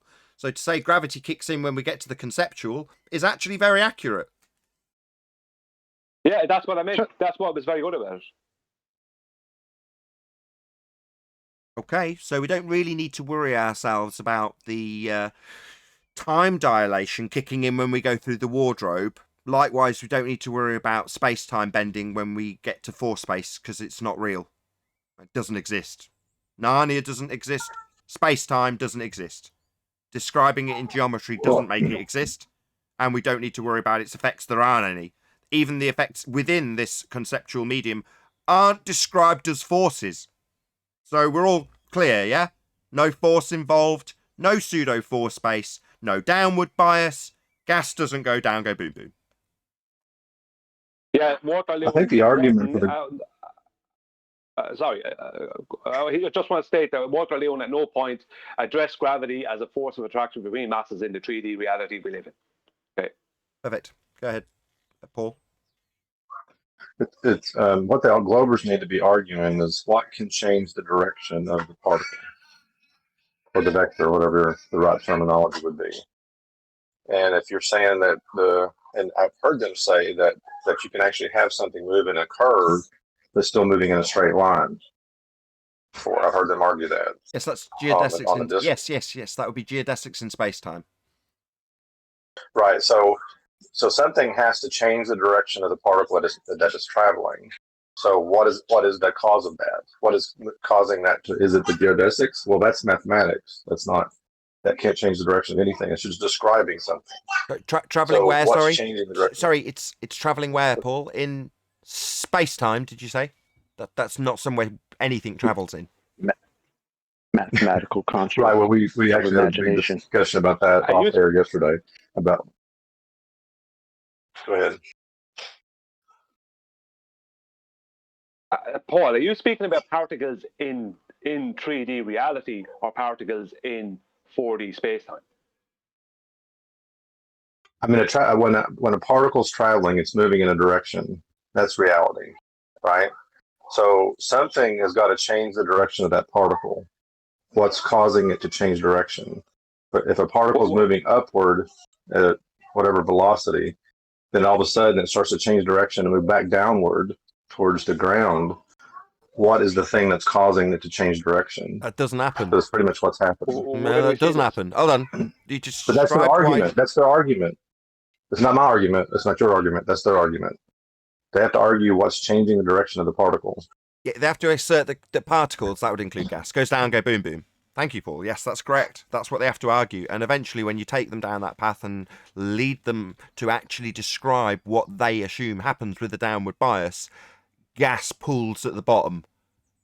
That's not gas behavior. That's not what this does. That's nonsense. But that's weird because we were told gas tends to wander about and run off. Yeah, Rumpus's crude description of gas expanding in all directions. Yeah, that's what gas does. Yeah, doesn't go down, doesn't go boom boom, Well, doesn't pool, doesn't run out of energy. in a container, that will change the direction of a particle. It collides with a wall and it changes direction. Yeah. Right. Yeah. It will have So, again, yes, it will have what is known as elastic collisions with other particles within the container and the walls of the container. Yes.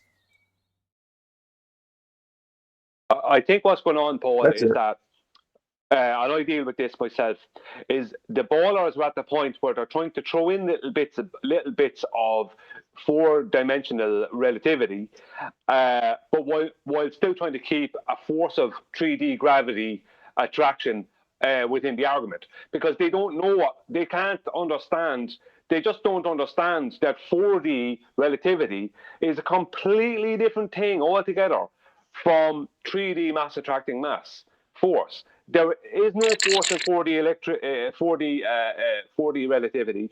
There is no mass attracting mass. There's none of that. The whole thing is a completely different description. And actually, as I heard it described only recently on a video about relativity being explained, because I watch a lot of these, is that it's actually gravitation is only an illusion caused by 4D relativity. What's going on with these people we're dealing with is they don't understand Einstein's theory of general relativity, but they're throwing in little small things here and there to make it sound like they understand, but only because they're trying to keep the force of gravity argument going, because that is the one they do understand. They're too lazy to even. Well, let's see. Go ahead. Finish your thought. Thought you were done. No, go on, Paul. Yeah, I'm finished. No, and that's the thing we were talking about when it came up. I was bringing up something that's like late in the afternoon yesterday about, is space physical, right? Well, if it's not, then how can it do anything? And you're saying you're bending space to cause the trajectory of these projectiles to change direction and start going towards some kind of massive object. Doesn't make sense, because only something physical can move something physical. Something that's not physical or only description can't do anything. So even you can describe it so-called in this geodesic way, that doesn't mean that's what's happening, just because you can describe it in a certain way. Yeah, because geodesics take away the whole bending space-time is an effect, and that's why we're told the effect we call gravity that we will observe is apparent orbits. So it will something that will look like an orbit to us. That's what we're told we will observe when it comes to the effect of gravity. The ballers keep on trying to add in somehow mass attracting mass, that the curvature of space-time and geodesics are all based around mass attracting mass. Still, there isn't anything. My question the other day on the show, Nathan, if you remember, I asked, ask any of the ballers how the calculations for mass attracting mass, force of gravity in the 3D, how that explains gravitational lensing. They'll never be able to do it because it's a completely different set of mathematics. It'll never happen, because that means they have to go into 4D Einsteinian relativity to even describe, to even start to describe gravitational lensing. I like it. They think the two things are the same. Sorry, Nathan. I was going to say, I like it. It's like the opposite of QE when he's asking people to describe how the moon attracts the tides with Einsteinian mechanics. You're basically doing the reverse and saying, well, how do you explain the physical effect of gravitational lensing? Well, what you're going to do when you've got to go to the 3D, well, you're going to try and explain how the 4D works in 3D. What are you going to have to do if you've got to go to the 4D, as in your example? Well, you're going to try and explain how the 4D translates into the 3D, right? That's what you're saying. And it's as good as QE's. It's just the other way around. I like it. Yeah, I mean, here's another answer. Oops, sorry. Sorry, Paul. No, you go ahead, Paul. I say here's another here's another aspect of Einstein. All objects have to be in motion for Einstein mechanics to work. They have to be accelerating. So what happens when nothing's accelerating? Sorry, Tell me if I'm wrong in that. Under Einstein, everything has to be. So if I'm standing at rest, I'm at rest, I'm not moving. How does anything occur? How does anything work?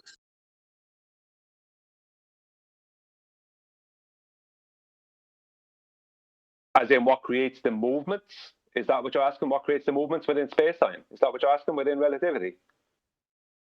Right, right. So things have to be accelerating and moving. They have to be, something has to be in motion for Einstein to be work, because it has to be following a path. That means accelerating or in motion, or there has to be a velocity involved or something. But if you're not, if you're at rest, it's the uneven distribution of what's mass. causing? He explains that as the uneven distribution of mass causes space-time, which is like a flat grid, because special relativity is a flat plane basically. So this causes a disturbance in special relativity, and then something that would be moving. See, I know what you're saying. Right? What makes it all move in the first place? What created these uneven masses? You know what I mean? So, where do you go from there? All you can say is the curvature of space-time causes something that would be moving in a straight line to move in an apparent curved path. Well, why don't you just ask Brian Cox so he could tell you that Einstein said the Earth is actually moving up to meet the apple. There you go. Yeah, there's an upward bias. But that's it. Funny that, isn't it? Yeah. Funny that. Don't forget, talking. There's one other aspect of that too. The ground's rushing up to meet me here in the States, but it's also rushing up to meet the person in Australia at the same time. Don't forget that as well. And is the air meeting the ground like the apple and pooling at the bottom because the ground's rushing up towards the air, forcing it to be in a little pool at the bottom? Does that occur? In other words, does gas go down, go boom, boom? No, actually, well, I think they just that doesn't happen. No, Nathan. I think they just proved the flat Earth. I think they just proved the flat Earth theory, the flat Earth society, right? That the Earth is accelerating up at 9.3 meters per second squared. They just proved it. No, they're just the same. Just shock horror, the control op narrative of flat Earth, to disguise the fact of the obvious and observable nature of our reality, has embedded within it lots of the heliocentric paradigm that is supposedly fighting against, but yet it's got a version of gravity that's identical. Well, what a shocker. And it's got an edge for boats to fall over, like the horizon with your globe Earth. Boats fall over that edge, don't they? Your tangent point horizon Earth curve edge. Remember? Yeah? Yeah, well, that's the same in the Flat Earth Society. Boats falling over the edge. Ha ha ha. Meanwhile, look at my Earth curve calculator. Let's measure how much boats are falling over the edge. Well, that's because they're the same. To me, it's cool. Sorry, I'm speaking over someone there, am I? No, I sorry. don't think so. To me, I was getting a bit of feedback. Sorry. To me, what's basically happening is mainstream pseudoscience, are starting to throw Einsteinian relativity out the window. Right now, it's kind of funny that the ballers haven't even caught up to relativity, and that's about to be thrown out the window.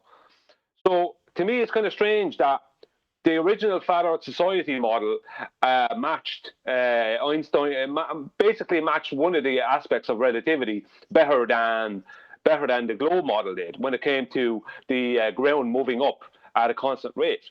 Because then you wouldn't need the relativity matter. You wouldn't need the mathematics to make up for why someone in Australia and in the US has the ground coming up to meet an object that's dropping at the same time.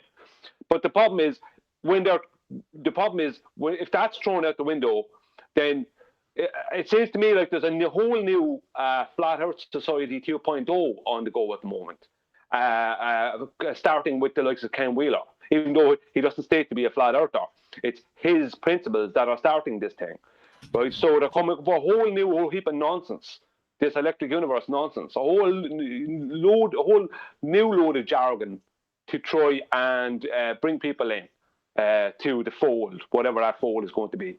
That's what it seems like to me is happening, because if mainstream pseudoscience are pushing Einsteinian relativity out the window, then the old Flat Earth Society model, maybe that needs to go as well. I don't know. That's just speculation. And you're right, I'm sure. But in the meantime, it's like, well, until the ghost hunters are starting to assert things that parallel with us with their downward bias, which they don't assert, then what are we going to concern ourselves with other men and their models that are being asserted to other people who want to follow them? And this just becomes another one of them. Electric universe is no different. Well, okay, electric universe until it's being asserted that the Earth we stand on, we are describing as having no bias because things go up. Is suddenly asserted to have a downward bias, then okay, we can address that. But that's already part of the heliocentric rhetoric. They've got these 106-year out-of-date forces and bending space-time with geodesics. Well, all of these things are debunked right here, and that's the only reason there's a parallel. But, you know, some other crazy person with a crazy model that people want to buy into, is that our issue? Generally not. There's two types of ball earther, though. There's one type that is, I don't understand Einsteinium, which is Brenda, because she doesn't understand it, and she admits it. And then there's the other side, which is the rumpus that absolutely understands it, but will never, ever, ever, ever, ever argue it because Einsteinian gravitation is the Earth accelerating upwards. That makes them the weird flat earther that the Flat Earth Society promote. They become the flat earther. So Rumpus will never, ever argue it because he knows not to. Brenda doesn't argue it because she doesn't realize what it means. And everybody else is sat there going, come on, dickheads, start arguing for Einstein because that's the current position. And we're just sat there going, yeah, Meg disproves that, dickheads. I don't believe Rumpus does understand it, to be honest. Sorry, Nathan. Oh, he absolutely knows that the Earth's moving up in Einsteinian gravitation, and he'll never, ever argue it. I don't know. I had a few exchanges with him, and he didn't seem to understand it. To be honest with you, he just didn't seem to get it. He said a few things, he didn't seem to get it. I mean, I know Rumpus is pretty sharp at times with the way he deals with debating and that, but I just don't believe he understands it. I believe that Rumpus doesn't have a clue about relativity. He doesn't get it at all. Doesn't need to. Just needs to know how to argue it.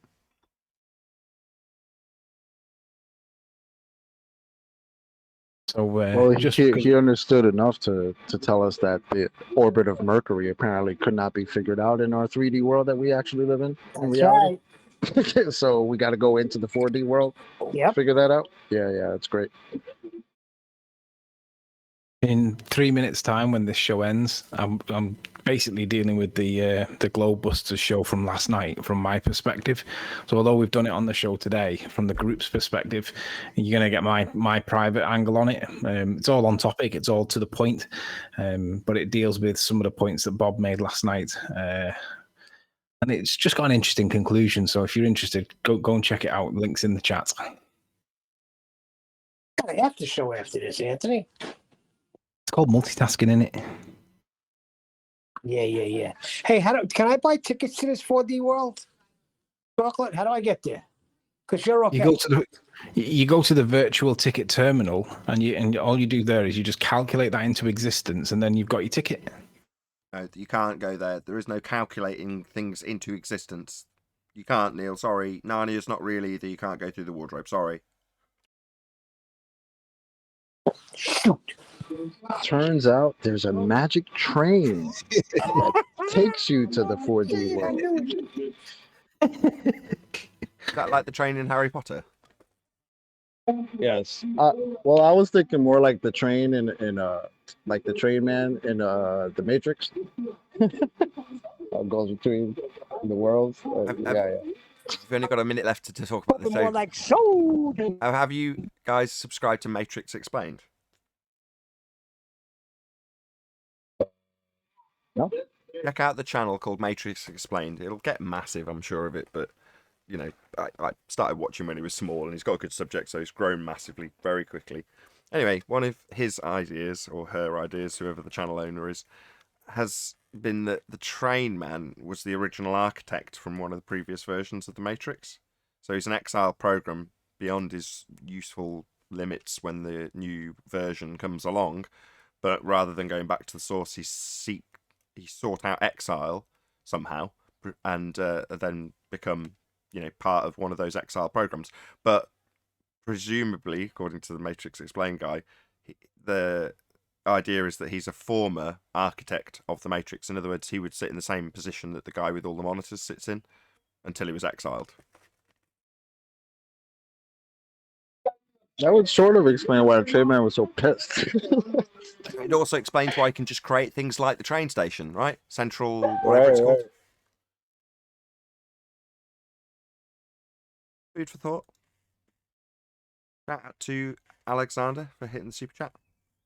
Do another quick plug for Anthony's show, which is going out in about a minute's time on Sleeping Warrior channel. He's put a link to his new channel, so subscribe today and check out his stream, which will be going out in about a minute from now. So with that, I'm going to say a huge, massive, enormous thank you first and foremost to both Discord and G+ Panels for making today's live show possible. If you're watching this on either Nathan Oakley 1980 or Nathan Oakley premiering streams, then stay tuned, as there will be an after show to follow.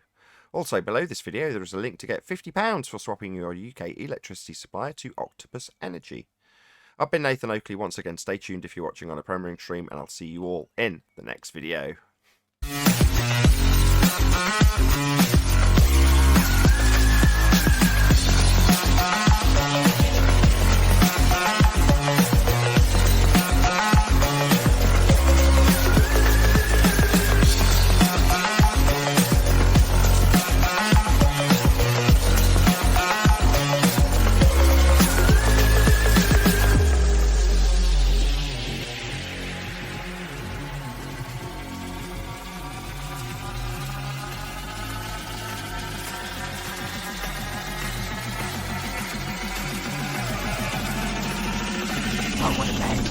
What a lovely day!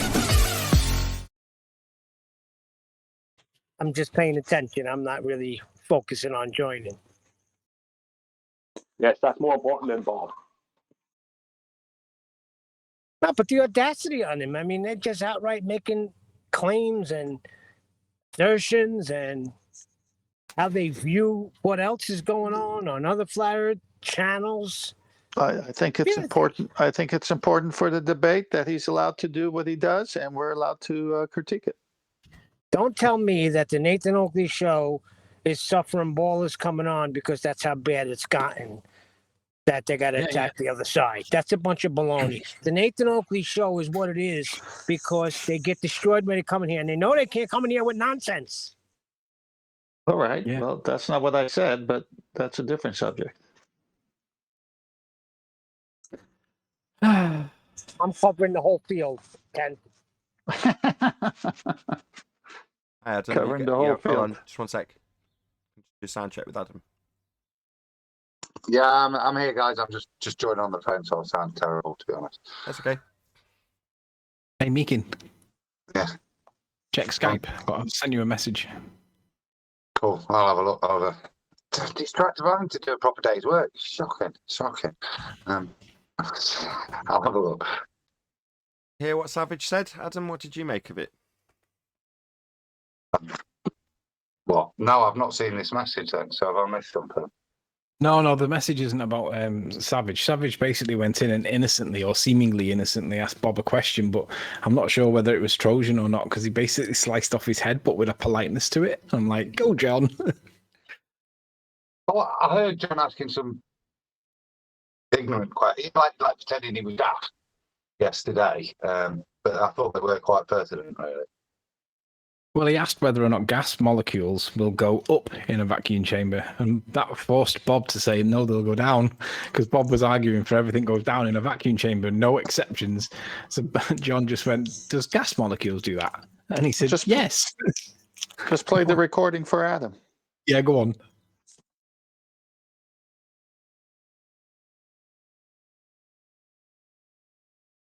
I don't have it. I heard it this morning. Someone had it. I need that now. What? You want it played again? Yeah, go on, play it. Right. It's only about a minute long, but it's brilliant. This device right here crushes the relative density disequilibrium argument. Absolutely crushes it, because there is nothing that you can claim here where anything is going from a less dense to more dense medium. It's in a vacuum. It's all the same medium, and yet there is still a downward acceleration, and that downward acceleration does change from place to place, and even sometimes in the same place, right? So Bob, does that, at the risk of sounding stupid, and I'm feeling pretty stupid at the moment, but does when you say everything goes down, do you mean gases as well inside this device? Even gases will, yes, because if you have helium, and helium is the least dense gas we know, right? Mm-hmm. But even helium has to be, if it's going to rise, it has to float up on something, right? Well, if there's nothing to float up on, then what's it going to do? It's going to sit on the bottom. Sit on the bottom. That's really interesting. I didn't know that. And do they have these sort of devices, bigger devices than these? That, because I'm just thinking about Zach's balls. That's classic. So Adam, is he politely trolling? Did he just say that the helium in the chamber will go down because Yes. there's nothing else? Yes, that's But what he said, that's- Chocolate. But Yeah. that's not. I think Bob has joined that's the got to list. be a mistake. Because obviously, if you were to put a gas molecule in a vacuum chamber, it would carry on exerting gas behavior, which means it would be free to move in all directions and would generate an exceptionally low pressure within the vacuum chamber. Because Did he say? Did he say just helium would go down or helium balloon would go down? Let me just address Chocolate. Chocolate. Yes. Helium balloon would. Hold on, Adam. Chocolate. Yes. What has effectively happened is Bob Nodell has tied his flag to Thunderfoot's ship. Oh no. Correct.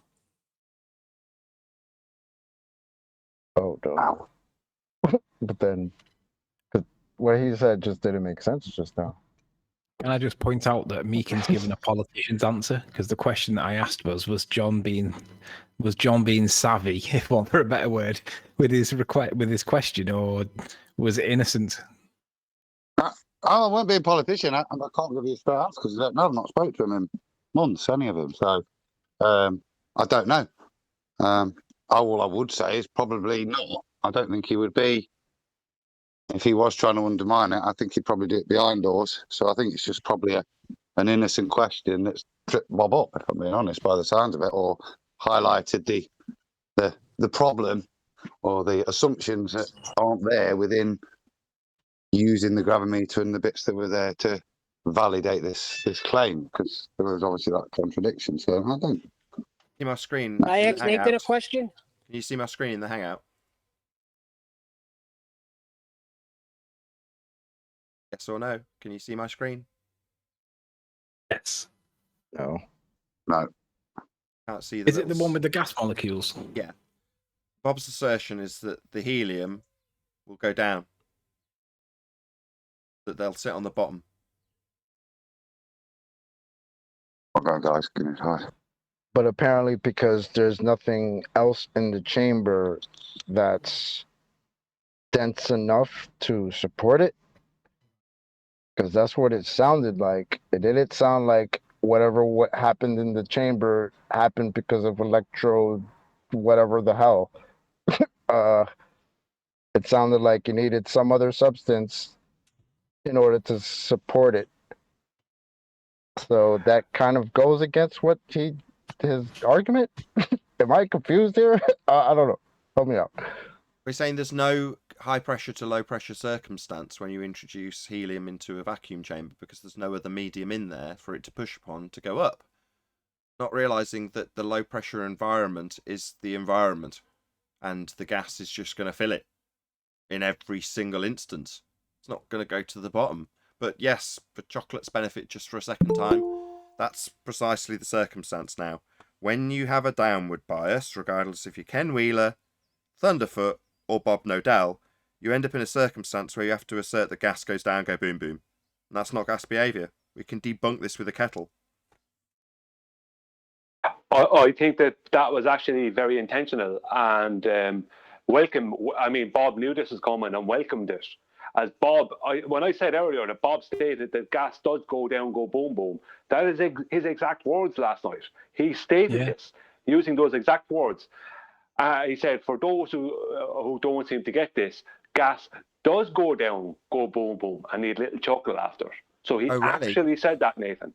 Can I have a little trimmed out version of that for someone who can be asked to look through it, because I can't. But no, that's the bottom line here. Where Anthony asked earlier, well, where's he going to go? What's the movie can make? Well, it's not rock and a hard place. It's just you're wrong. You're incorrect.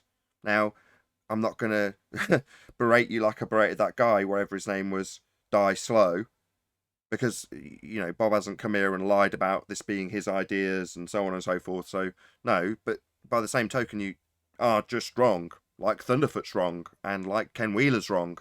No, we don't have a downward bias. It's debunked by gas.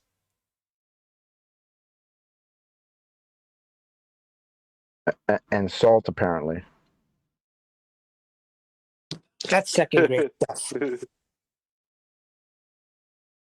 Yeah, I would just like to say I didn't watch much of it, but I didn't like he just did like a 12-year-old experiment. He has a naturally observed phenomenon. He has a viable hypothesis, and he has experiment in which he manipulated the independent variable. That's That's scientific method. It doesn't matter what the caliber of the experiment is. It's an experiment that proved alternate hypothesis. I don't understand how you could just poo-poo it and just say, nah, that's crap. But gas will just go down in a vacuum chamber. What the hell, man? Because he don't have an experiment, so he's got to pull on everybody else's.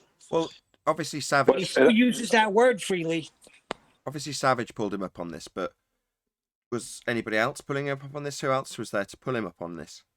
Are you crazy? Cross Bob? Woo! You see, there was nobody there ever. There's no one ever there that's going to actually pull Bob on anything.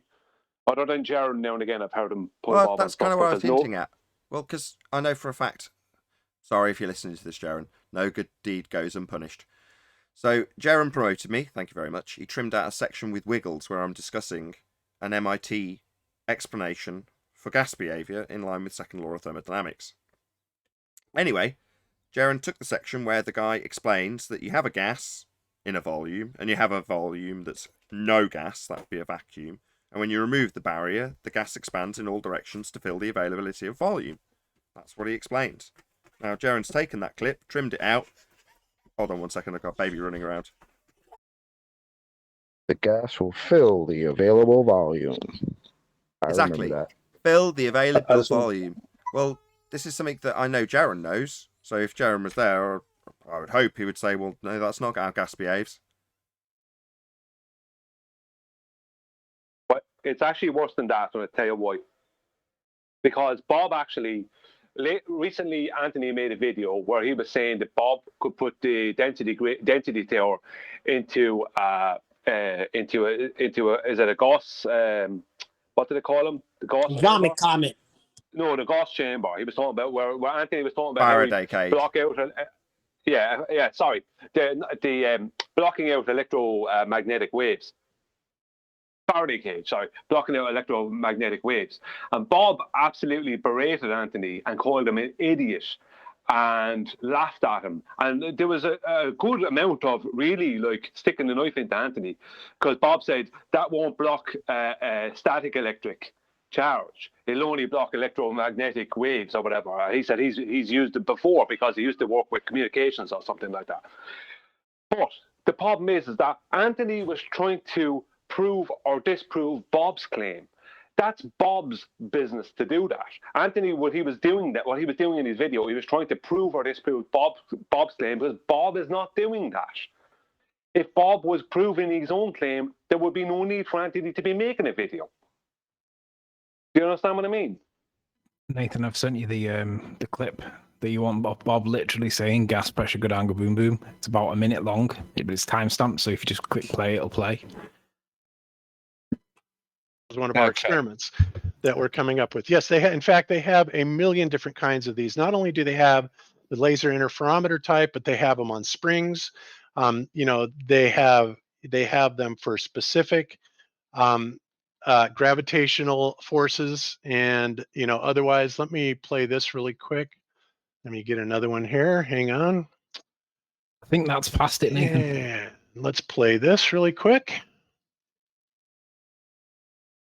Okay, well, you have to tell me what's the timestamp. 49:39. Sorry, that might have come through wrong to you. 49 minutes, 39 seconds from the.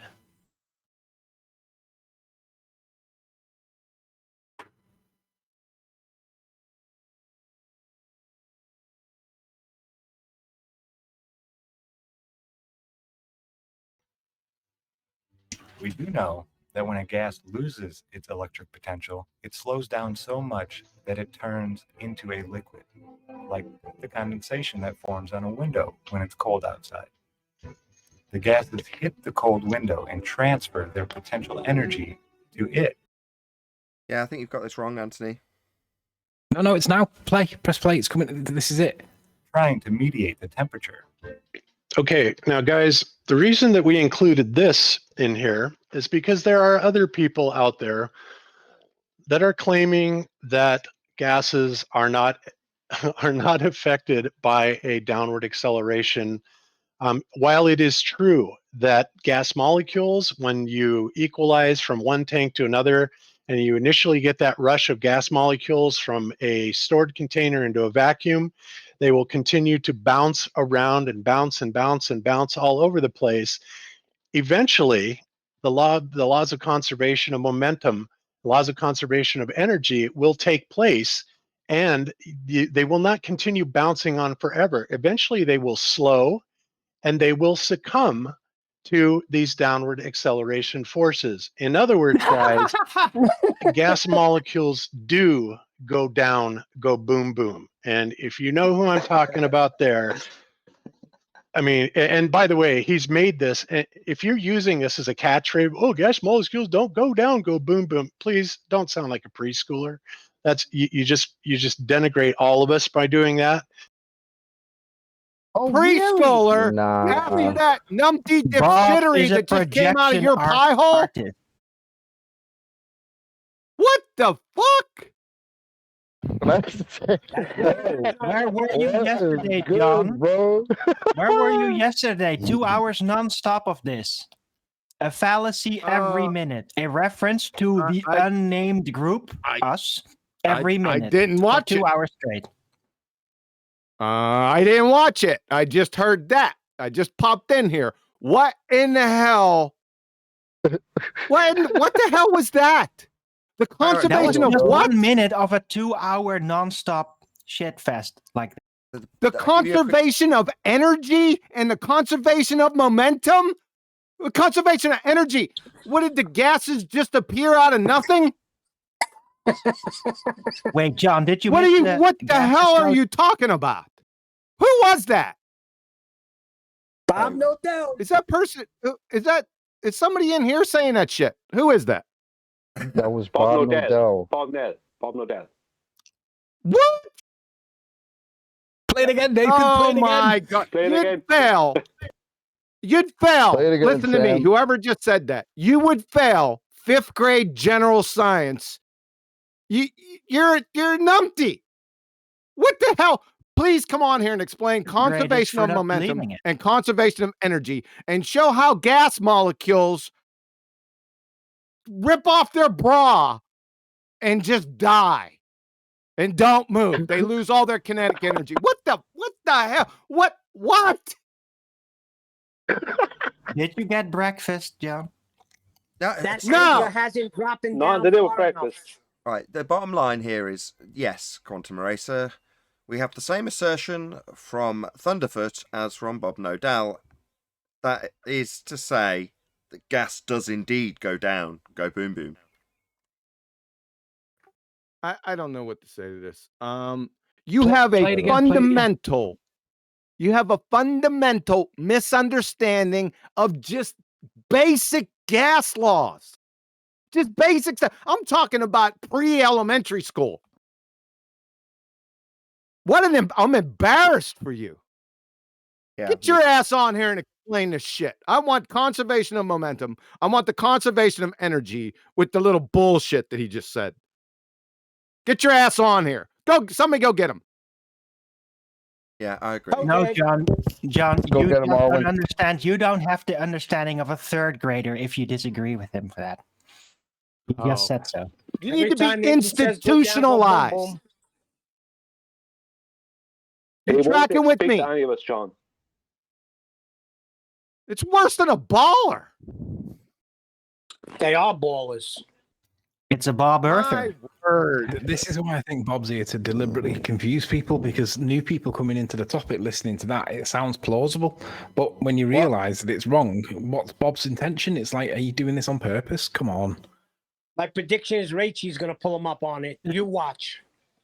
Bob is a density filter. He filters the dense from the less dense. Because downward bias Can you play is that? for the I'm dense. sorry. Hello out there. Can you play that one? Sorry, I just popped in here. Can you play that again, one play it more again. time?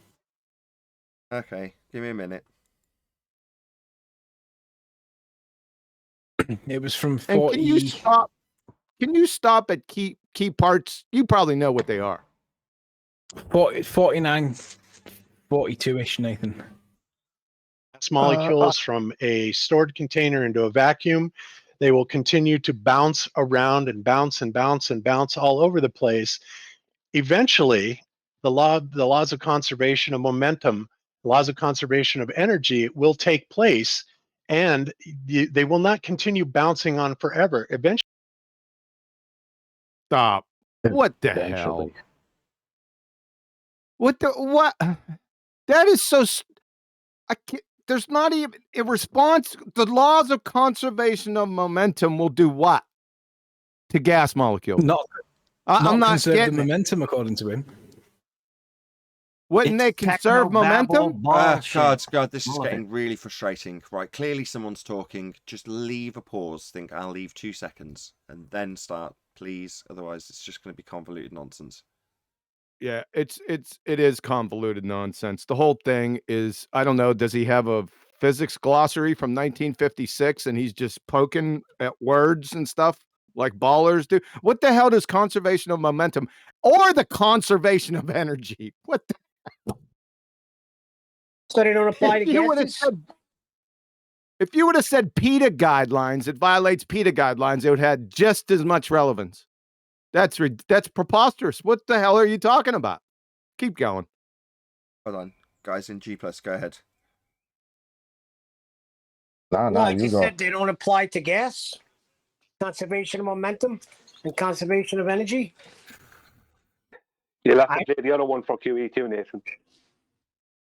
Right. Well, what I got stuck up on the most as I was listening live and chatting in the Skype feed with you guys was the part when he had his screen stuck for half an hour on a gravimeter, and he was in that half hour constantly praising how gravimeters measure the downward acceleration. And it's such a proof of a downward bias. So just to give you the level of where he was at during the whole stream. Eventually, they will slow and they will succumb to these downward acceleration forces. In other words, guys, gas molecules do go down, go boom, boom. And Lord have mercy. You forgot the last part. You forgot the last part. Let him go down, They go boom, down, boom. go boom, boom, go splash, splash. Idiot. He didn't go all in like that. He even pins it on Nathan, so he does know the argument, but he just chose to completely ignore it. He says Nathan makes us all look bad when he says that. I don't say it. It's a thunderfoot. My God. So the person asserting gas go down, go boom, boom is Thunderfoot when he pours bouncy balls into a fish tank and boom! You've got gas behavior with bouncy balls. So that's where that has come from. Thunderfoot asserting the same crap that Bob's asserting. So I'm parroting Thunderfoot, Bob. And he's saying the same nonsense you are. So I'm not asserting that. I'm humiliating PhD clown Thunderfoot. And now I'm going to humiliate you, Bob. Because you're a clown, Bob Nodell. You think gas goes down, go boom, boom, like bouncy balls poured into a fish tank, like Thunderfoot asserts.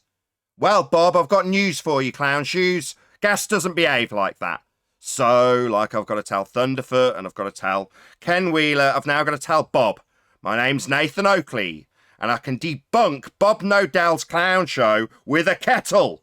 Gas does not go down, go boom, boom. It won't eventually run out of energy. And in the case of rain, it'll change state to something more dense and fall back down to Earth. But in the case of gases in general, they're not running out of energy and falling down and needing sweeping up. You also don't have helium pooling in chambers, you complete clown. So if you don't like the sharp end of my tongue and you want to call me those who won't be named, then I'll tell you like it is. You're an idiot. That is not how gas behaves. It does not go down, go boom boom. You are an imbecile, Bob. Nathan, your gas go down, go boom boom argument is ruined. Yeah, you're as stupid as Simon Dan if you think I'm making that argument, Bob Nodell. No, a ball-believing clown called PhD Thunderfoot is making the argument that gas go down, go boom, not me. And I humiliate that clown show on an almost weekly basis. He's part of the show. Now, do you want to be part of my show daily when we say gas go down, go boom, boom? Because you've literally said it. I paraphrase Thunderfoot to say that. You have actually said it. Now, I do not make the argument that gas goes down. It doesn't. How stupid are you? I think he knows that. I Right. think he means the other way. No, You no, saying that it no, he doesn't go wasn't down. being sarcastic. He was literally declaring it in the moment. So he was being literal. There's no misinterpretation of No, no, he's No. saying Bob Nathan's knows wrong that for Nathan saying doesn't that. believe that. Yeah. Yeah, to He knows believe that that Nathan gas doesn't believe doesn't go down. Yeah, he knows that Nathan doesn't believe that. But Right. he's just parroting what Nathan is saying and then basically joining in with Thunderfoot and saying, boom, gas goes down, go boom, boom. He is saying that it does go down, go boom, boom. Right. That's what And he's Bob is saying saying. Nathan makes us look bad by saying that it doesn't go down and go boom, Yeah. boom. Yeah. But guys, if I can just add one thing here, hot steam rises, but when it cools, it does start to return, and then gases like sodium hexafluoride do tend to want to Solar, go. stop. Shut the No, hell you're up. wrong. Solar. Let me tell you something. Solar. Hold Just on. shut him up. We'll Did get you to just him in say- a second. Did Hold you on a say, second. sorry, Solar, you think that gas falls down from clouds, do you? It's gas that returns to the ground, is it?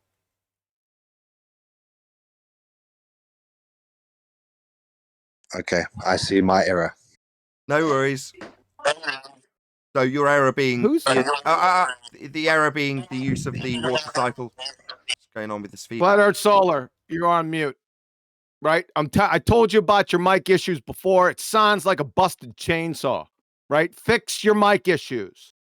Okay, all right. But the Number issue, two. and he's apologized, so it's all good, right? And I'm sure Yeah, he'll just number keep on two. mute until he's just take him off server mute for the now, and just stay on your own local mute unless you're talking, please, Solar, because you're causing feedback issues for some reason.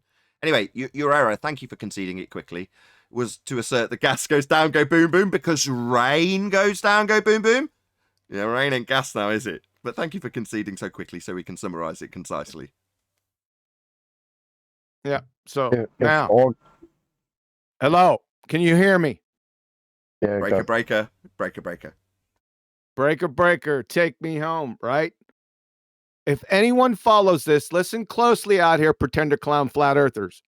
If you're going to follow this, you're in direct violation of Boyle's gas law, Charles' law, Gay-Lussac's law, Avogadro's law, part of Dalton's law, and the second law of thermodynamics. Just so you know, okay? So start parroting this stuff. You're going to get your asses handed to you. It's going to be in a sling. Quick. Thanks. Don, the problem is they're all Ken Wheeler followers. They're following Ken Wheeler. Unfortunately, John, there is a lot of people out there who have bought into it, who actually do believe that the ground has a constant negative and the sky is a constant positive charge without ever proving it or finding out if it was ever proven. Feel free to respond, QE, but I've got a problem with that, Brian. Go ahead, QE. How long ago did I tell you the number one threat to flat earthers? How long ago did I tell you this? I posted it a number of places. It has to be greater than 2.5 years ago. Who did I say was the greatest threat to flat earth? Globe earthers. Flat earthers. Let's see if he's right. Globe earthers? No, all the flat earthers. Pretender clown flat earthers. Oh, well, that's a surprise. I to me. did. That's one, but Really? there was one behind those pretender clown flat earthers. Who was it? Ken Wheeler. Ken Wheeler. It was Arwen. It was Yeah, I Arwen. know. The But it was Arwen. the tattooed Jabba the Hutt, Uncle Fester, the Platonic monist, are your very own Ken Wheeler. And guess who just popped up? Right. Uh-huh. No, that's wrong. Sorry, do you want to qualify this in percentage terms of how many people, the followers of Ken Wheeler, we must be deeply concerned about? How many people are we talking about compared to the Western world and the globe belief? On which side? QE's just put this forward in a very dogged way, that the biggest problem we have is other electric universe believers. I think I'm going to argue ghost believers have got a bigger impact. Yeah, I hear what you're saying, but no, I'm just telling you. That's I'm not saying I told you so. That's a quick turnaround. My God. Well, I don't agree. I think thanks for rumpusing me. Yeah, well, you've got a lot of supported teams. I'd like to remind everybody that Ken Wheeler is a baller. Just saying. Yeah, that's true. Can we play for QE the first clip? He didn't hear that one. We can, but hold on. I've just got him to go complete a 180, and now we want a clip. What, you having me on? Yes, yes, I want a clip. My God, you've got some support, this QE. moment. God. Yeah. No, but So- QE is right. Ken Wheeler is a threat to the intellectual integrity of the scene, as a lot of people get caught up in the dream and the structures, and they discard the lack of empiricism. A lot of people. Give it me in percentages. Oh, no, why am I doing that with you? God, how is Arwin just taking this heat from you? What's going on? Why'd you stop? I'm very confused. My panel's Why'd you confusing stop me. my white knighting? Come on, play the clip. Can't take the heat. Get out of the kitchen. If the heat was on QE for about 5 seconds till you all saved him. Right, so ballers. I'm going to try again. QE is after Be my last question. Now attempt. QE goes to throw. He needed saving. He's being saved. He's being saved. So I would argue, QE, that it's farce aside, that the ball Earth and the general Western worldview that we're on a sphere flying through a vacuum is the direct opposition that we need to actually worry about. But you're saying no, Ken Wheeler and Bob Nodell. I don't know if I agree with you there. I didn't say worry about it. No, I just said the support greatest that. threat to flat earthers. Direct threat to flat Earth. You think the biggest threat I face is a flat earther? Not Okay. motivation, Tom. Quick straw poll. Got quite a few people on the panel. Hands up. And we're a quite focused group here. Who's got a relative that's an electric universe believer? Go. Nope. What's the question? I do. I think this is about 5 or 6 straw man fallacies in a row. What's I the don't question? think so. So, as a flat earther, I go out into the great wide world of reality, and my biggest problem as a flat earther is I might face a Ken Wheeler supporter. I don't think so. No, but No, why no, add no, to no. the problem? No. Hold on, Neil. You've had your try to save this. I don't mind. Yeah. QE's Yeah. sounding confident at the moment. Go ahead, QE. Yeah, my point is the biggest threat to flat Earth. Now, not flat earthers, not bodily harm to flat earthers. No, to flat Earth. That is the concept of flat Earth. The biggest threat to that was pretender clown flat earthers in general, and a small percentage parroting the tattooed Jabba the Hutt, Uncle Fester, Platonic monist, Ken Wheeler. Okay, I've spotted a couple of reification fallacies. What do you mean by concept? The flat Earth concept. What does The that flat mean? Earth. You know, What does the that mean? concept behind flat earthers. Or are you gonna rumpus me? Arwin, can you mute? What? Oh, sorry. Earth to DJ, can you play that? Go ahead. I don't. Oh, perfect. Yeah. So, what do you mean by concept? Can I say something in a minute? Hold on. You just described something that sounded societal to me. What do you mean by concept? Yeah, the flat Earth concept. The concept behind not individual flat earthers, those as a whole. That's a societal thing, then. A societal thing. I don't think I ever Like thought a of it group, as a like a group of societal people, like a group. Not it's Flat Earth Yeah, Society. there's certain people. Holy shit! I'm gonna. Can I run a poll, Nathan? A live Can poll? you just play the clip? No. Can you run that I have clip? something to No, say. no. Stop I'm this sitting silly pretty here. I bullshit. don't mind the rumpusing in this scenario. It's quite amusing. What What do you mean by Earth as a plane's not a concept? That's not a concept that I have to suddenly envisage. It's just the obvious and observable nature of my reality. When you're describing it as like a group of people and the thoughts and feelings of those people as a group and their understandings, that's like what I'm describing as a societal thing or a group thing.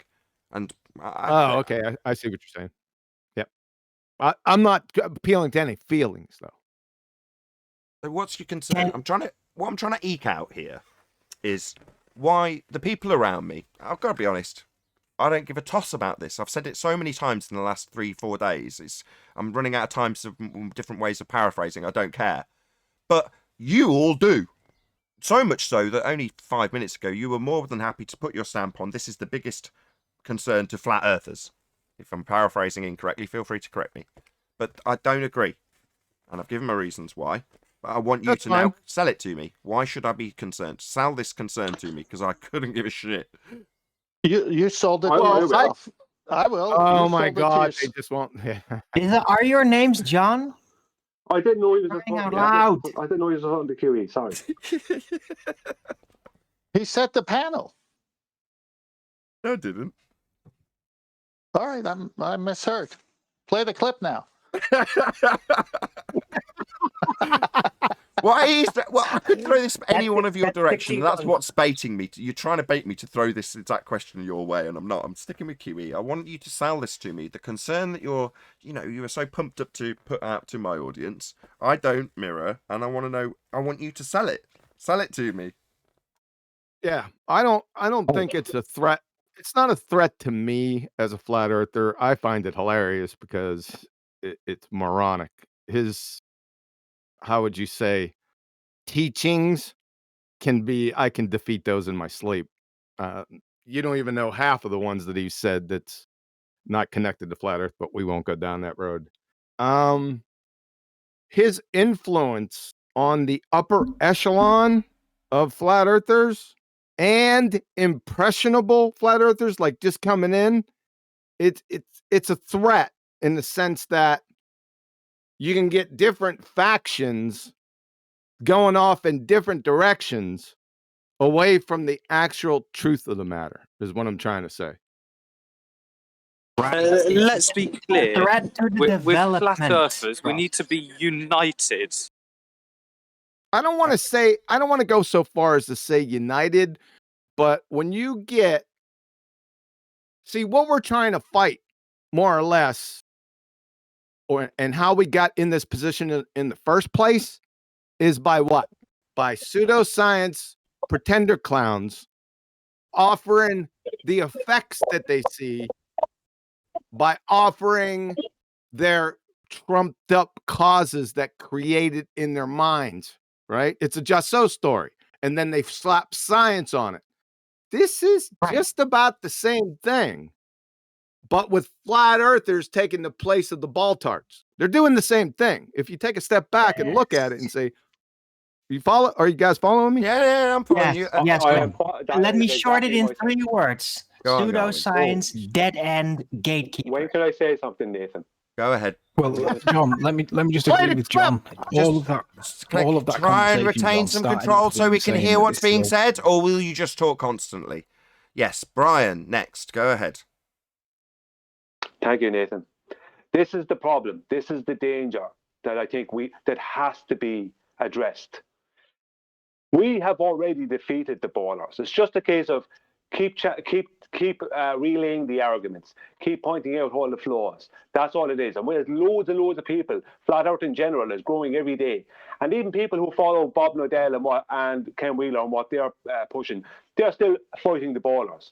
But the problem is, in 20 years down the line, what will happen is, if we allow this weed to start to grow, it will be a massive weed. We have to nip it in the bud, because we'll have people on our own side bringing in people, telling them a heap of nonsense that isn't true, that isn't backed up by anything, and it's just back. We're trying to get out from underneath that rock of rubbish and pseudoscience, and we're just going to put ourselves back in underneath it again. It's just going to be a different rock, but we're still back underneath a rock. Okay, good. We have to deal with it. You're echoing QE sentiment.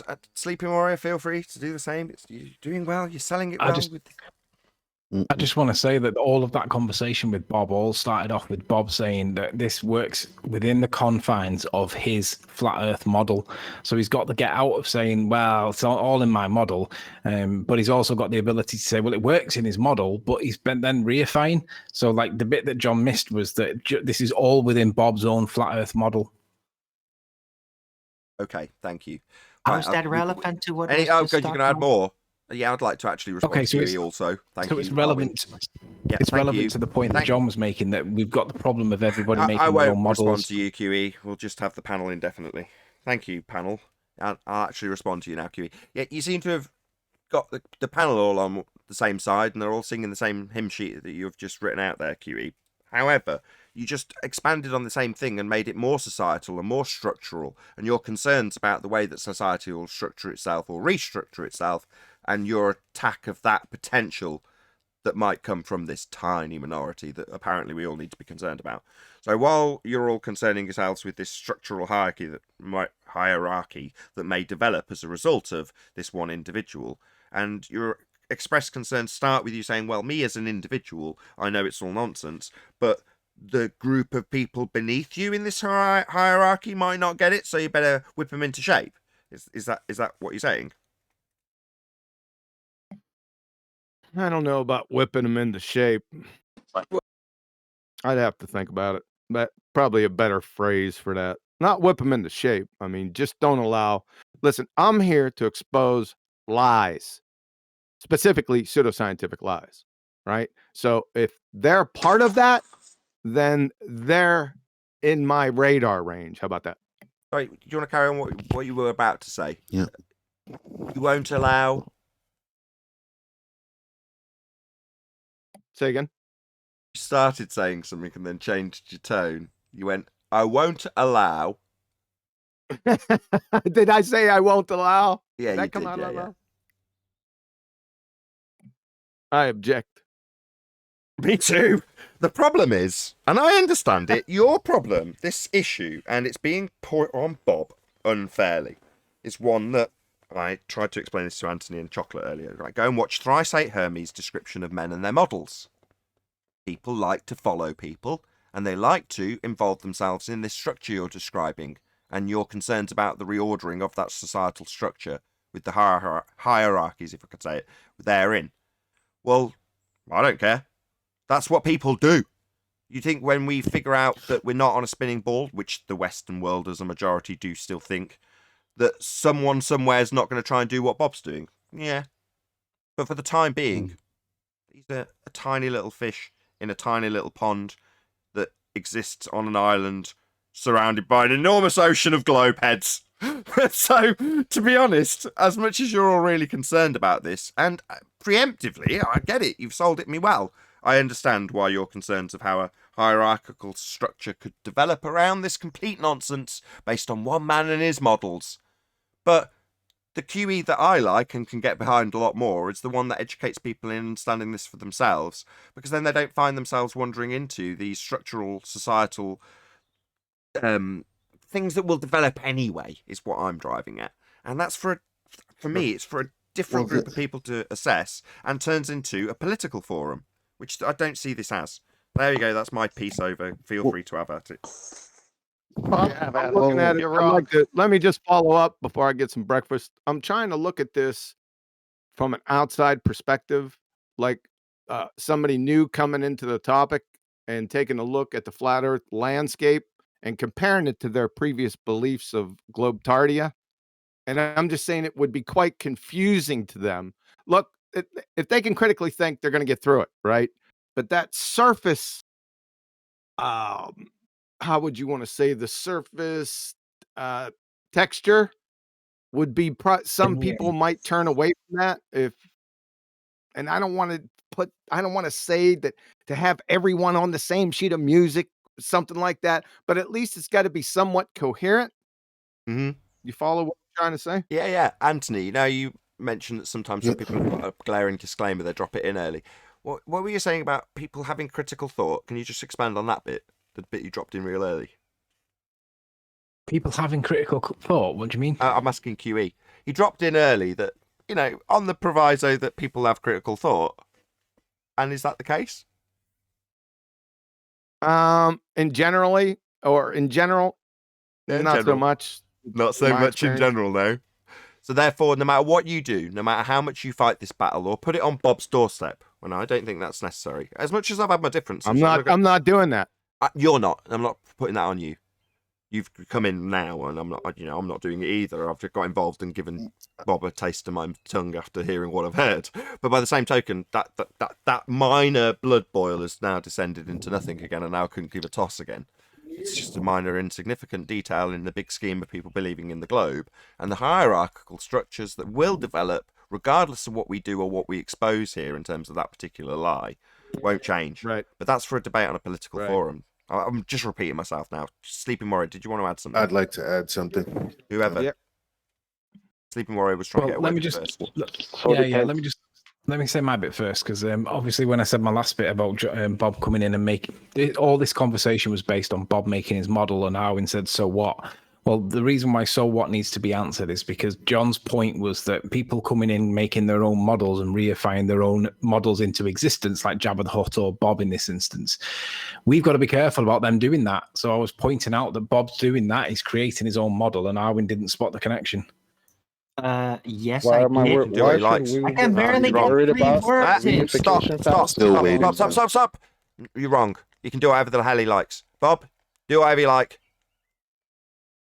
No, don't reify models into existence.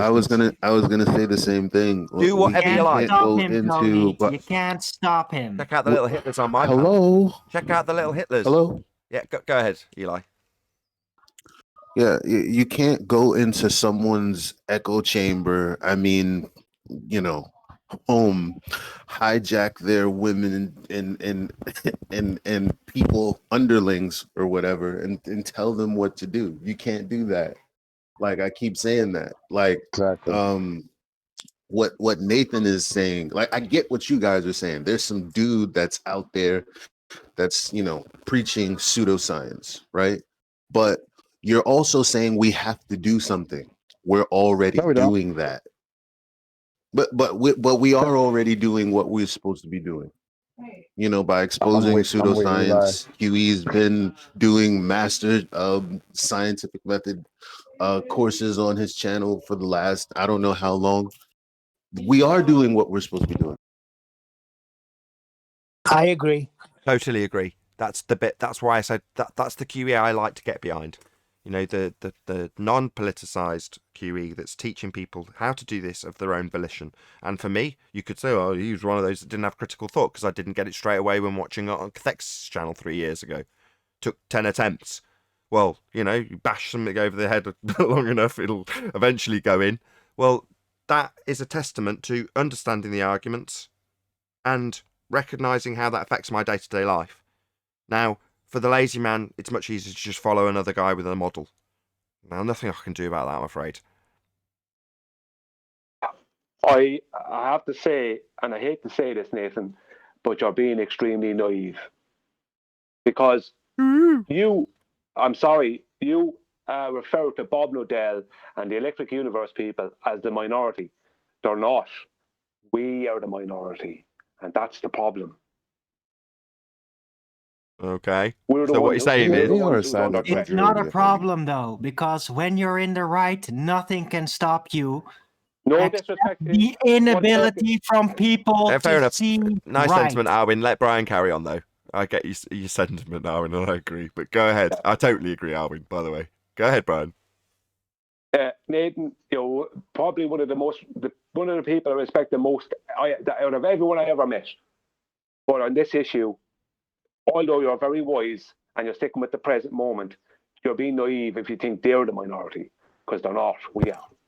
And that's why they're a threat. Yeah. Because they're spewing nonsense. Don't have to sugarcoat it. I don't need it in a shit sandwich. Just get why. Why am I wrong? Because they have a bigger voice than us. And they're going to continue to have, if they draw in more people, especially newer people coming in, they're going to continue to have a bigger and much bigger voice than us. We'll be the ones who will be drowned out.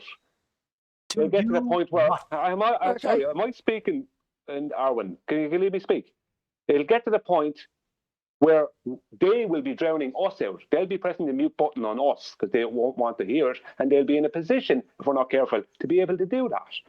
Just like the ball out has done. Yeah, I summarised this earlier. I said you're doing it preemptively. And while I could totally agree with you, your analogy would be akin to a race where you've got lots of different cars on the track. And, well, our competitor is still the guy in the car that's at the back of the pack because we're behind him. So therefore, Electric Universe sits behind us and is a race to get to the end line. Nah, I don't see it that way. I see it as I've got this big sword of truth, and it's big enough and ugly enough to chop the head off anyone that doesn't have this sword. And that's everyone else on the racetrack in your analogy. So do I need to worry about the guy who's pondering around the back when I can stroll to the front and destroy everything? No, I don't.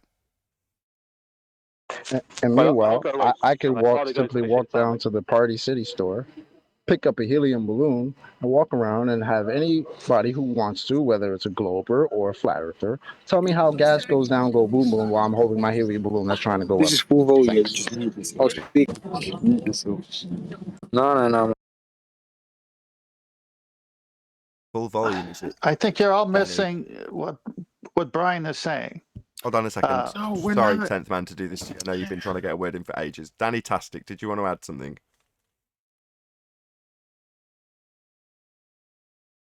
Clearly not. Go ahead, 10th man. Yeah. Your little outro, which I believe you're going to do it, when you went on that nice little flow and included Bob with Thunderfoot and Ken Wheeler. I'm sure you're going to cut that out. That's all we're saying. We're not saying anything more than that. Yeah. The Earth is round. You guys know that. Excuse me. I'm talking. Whoever this guy is. The truth is the key, and as long as we're talking the truth, that's all Brian is saying. That's all I'm saying. But communism didn't start with 100 million people. It started with one guy, and look what happened. And now you're looking at China, you're looking at China having capitalistic points of view for the elite and communism for all their people because it didn't work. How many billionaires does China have? Communism doesn't allow for billionaires, and yet they have it. So when I look at the things that have grown from a little seed and become what they become, we better talk against it with truth and just keep talking against it, is what Brian and I are saying. And recognize that as long as we do that, the threat is diminished because there's always truth against the lie. That's all. Go on, Eli. Unfortunately, we can't use science. Science isn't the proper tool for killing ideas. So what do you suggest we do? Because I said we would have to be nothing short of kicking in their door. And like, what do we do if not science? I'm not. Right? I didn't even listen to the show. Eli, I didn't. No, don't say no, because I get your sentiment, but you're saying something has to be done about it. Okay, science can't be done other than educating people on what science is versus what pseudoscience is, which is what we do. But when it comes to the growing believers in a priest, what do we do about that? What I'm not method even do we talking employ? about that, Eli. I'm not even talking about how you're taking it. Nothing. Arwen, stay out of this, Arwen. Eli, I'm not talking about controlling people. I'm just saying you have to put a stand with the truth and keep telling the truth. That's all I'm saying. I'm not trying to go take their followers. I'm not even thinking in those terms. Those who have ears will hear. Eyes will see. The rest, it won't matter because they don't care. Well, what we're doing is what we're doing, and I'm just saying let's keep doing it. But don't conflate the two with a societal image versus this other image. Let's just keep doing what we're doing, and those who are going to listen, and have eyes to see will see it. But let's not take the foot off the pedal. And every time I see a Thunderfoot video from Nathan, now Bob's going to be included in it, and that's all I'm asking for, to treat that lie the same way. The worst that can happen, Okay, if so I guess I'm asking Brian then, because Brian seems to be worried about his bigger audience. So I guess I'm addressing Brian. I'll give an actual real world example. There's a man called that was called Charles K. Johnson. He was a flat earther like us many years ago, back in the 70s, 80s, 90s, into the very early 2000s. He died in 2001. If you look online, you can find hardly nothing about him. Yet he done 1,000 interviews between television and radio and different things. It's very hard to find anything about the guy.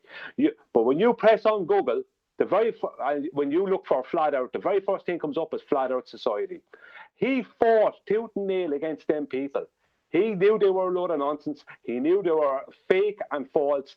And because he wasn't able to deal with them, he didn't have the internet, he did take them serious. But now when you press on Flat Earth, he's not what comes up. You get Flat Earth Society. He wasn't much different than us. He was basically the same, not really any different. And the man that came before him.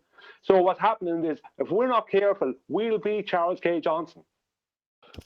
That's the problem. And if you don't take that serious, then you will regret it in years to come. Hold on, Eli. Hold on, Brian. Hold on. Go ahead, Arwin. This is all seriously. You're all worrying about nothing. I'm sticking to what 10th Man said, and that is, if you speak the truth, yeah, all of them, 99% of flat earthers will say, they're stupid Nathan and panel. They were not going along with the downward bias. And then inevitably, the truth will at some point sink in, with some quicker than with others, and they'll just all feel like fools for falling for another NASA, right? And then we're left with, yeah, we were right all along. You just got to wait out the mistake to happen. No, I'm not waiting out for them. I don't care if they come to the conclusion, and in this ideal world with violins playing, they come back and go, you were right all along. That never happens either. But I don't give a shit either way. If they want to believe in a downward bias, I'll just stick here with my kettle, watching Chocolate walk around with his helium balloon, and Anthony with his egg, and we'll just go, yeah, whatever. Some people are just thick. They think gas go down, go boom boom. Nathan, I'm not saying that they will all come to us and kneel for us and say that we were right. They will know they are right. That is all that they will know. That's all that matters. We don't have to have tribute for holding the line. They will just know, and that is all that matters. Indeed. Sentiment. Somebody else wanted to say something. Silent Zero, go ahead. Yeah, I wanted to say, if you don't have an audience or nobody's listening, who are you gonna tell that truth to? Exactly, Silent Zero. That's why it's very important that you all share the show on Facebook and Twitter. Yeah. I concur, Silent Zero. Brian? So you want a real world example of what's going to be like, and it doesn't matter as long as we do what's right, because it's going to be this way anyway. Is you can have denominations of flat earth, just like you have denominations of different religious belief systems. Correct, Kent. Perfect. The majority of people will always go out and look for fallacies to believe in. It's just a natural truth. It always happens in every People era. will look for other followers and other models to believe in. That's just how it is. Am I crazy? But did somebody earlier say that the Earth is round? Did I hear that, or am I crazy? Yeah, he did. But In the middle of this discussion, I don't know if he's still here. I server muted him because he was he was just interjecting over the top when I invited him to do that earlier. So I stuck him on server mute because he interrupted going Earth's round over the top of 10th Man. Well, speaking of 10th Man, is Kiwi here, and are we ever going to play that clip? Go ahead, whoever that is. Sorry, guys. It's me, truth be told. Look, I just want to say something. For me, it's a personal journey. I came into this reality on my own, and I don't side with not this side nor that side. I go and watch their videos. I take the information. I go read up on it, and I test it for myself if I can. If somebody else don't, that's on them. You know what I mean? Same with this side. I've listened to what the guys say. I read up on it, and I go test it for myself. So for me, it's a personal journey, is what I've come into believing and understanding, is that I see the Earth is flat, and other than that, it's just my personal journey in this reality, and yeah, that's what I take from all of this. Perfect. With that, I'm going to say a huge, massive, enormous thank you to both Discord and G Plus panels for making today's after show possible. Of course, a massive thank you to all of you in either Nathan Oakley 1980 or Nathan Oakley premiering streams for hopefully smashing the super chat, liking, commenting, sharing, and subscribing, and all that good stuff. Also, below this video, there is a link to get £50 for swapping your UK electricity supplier to Octopus Energy. I've been Nathan Oakley, and I'll see you all in the next video.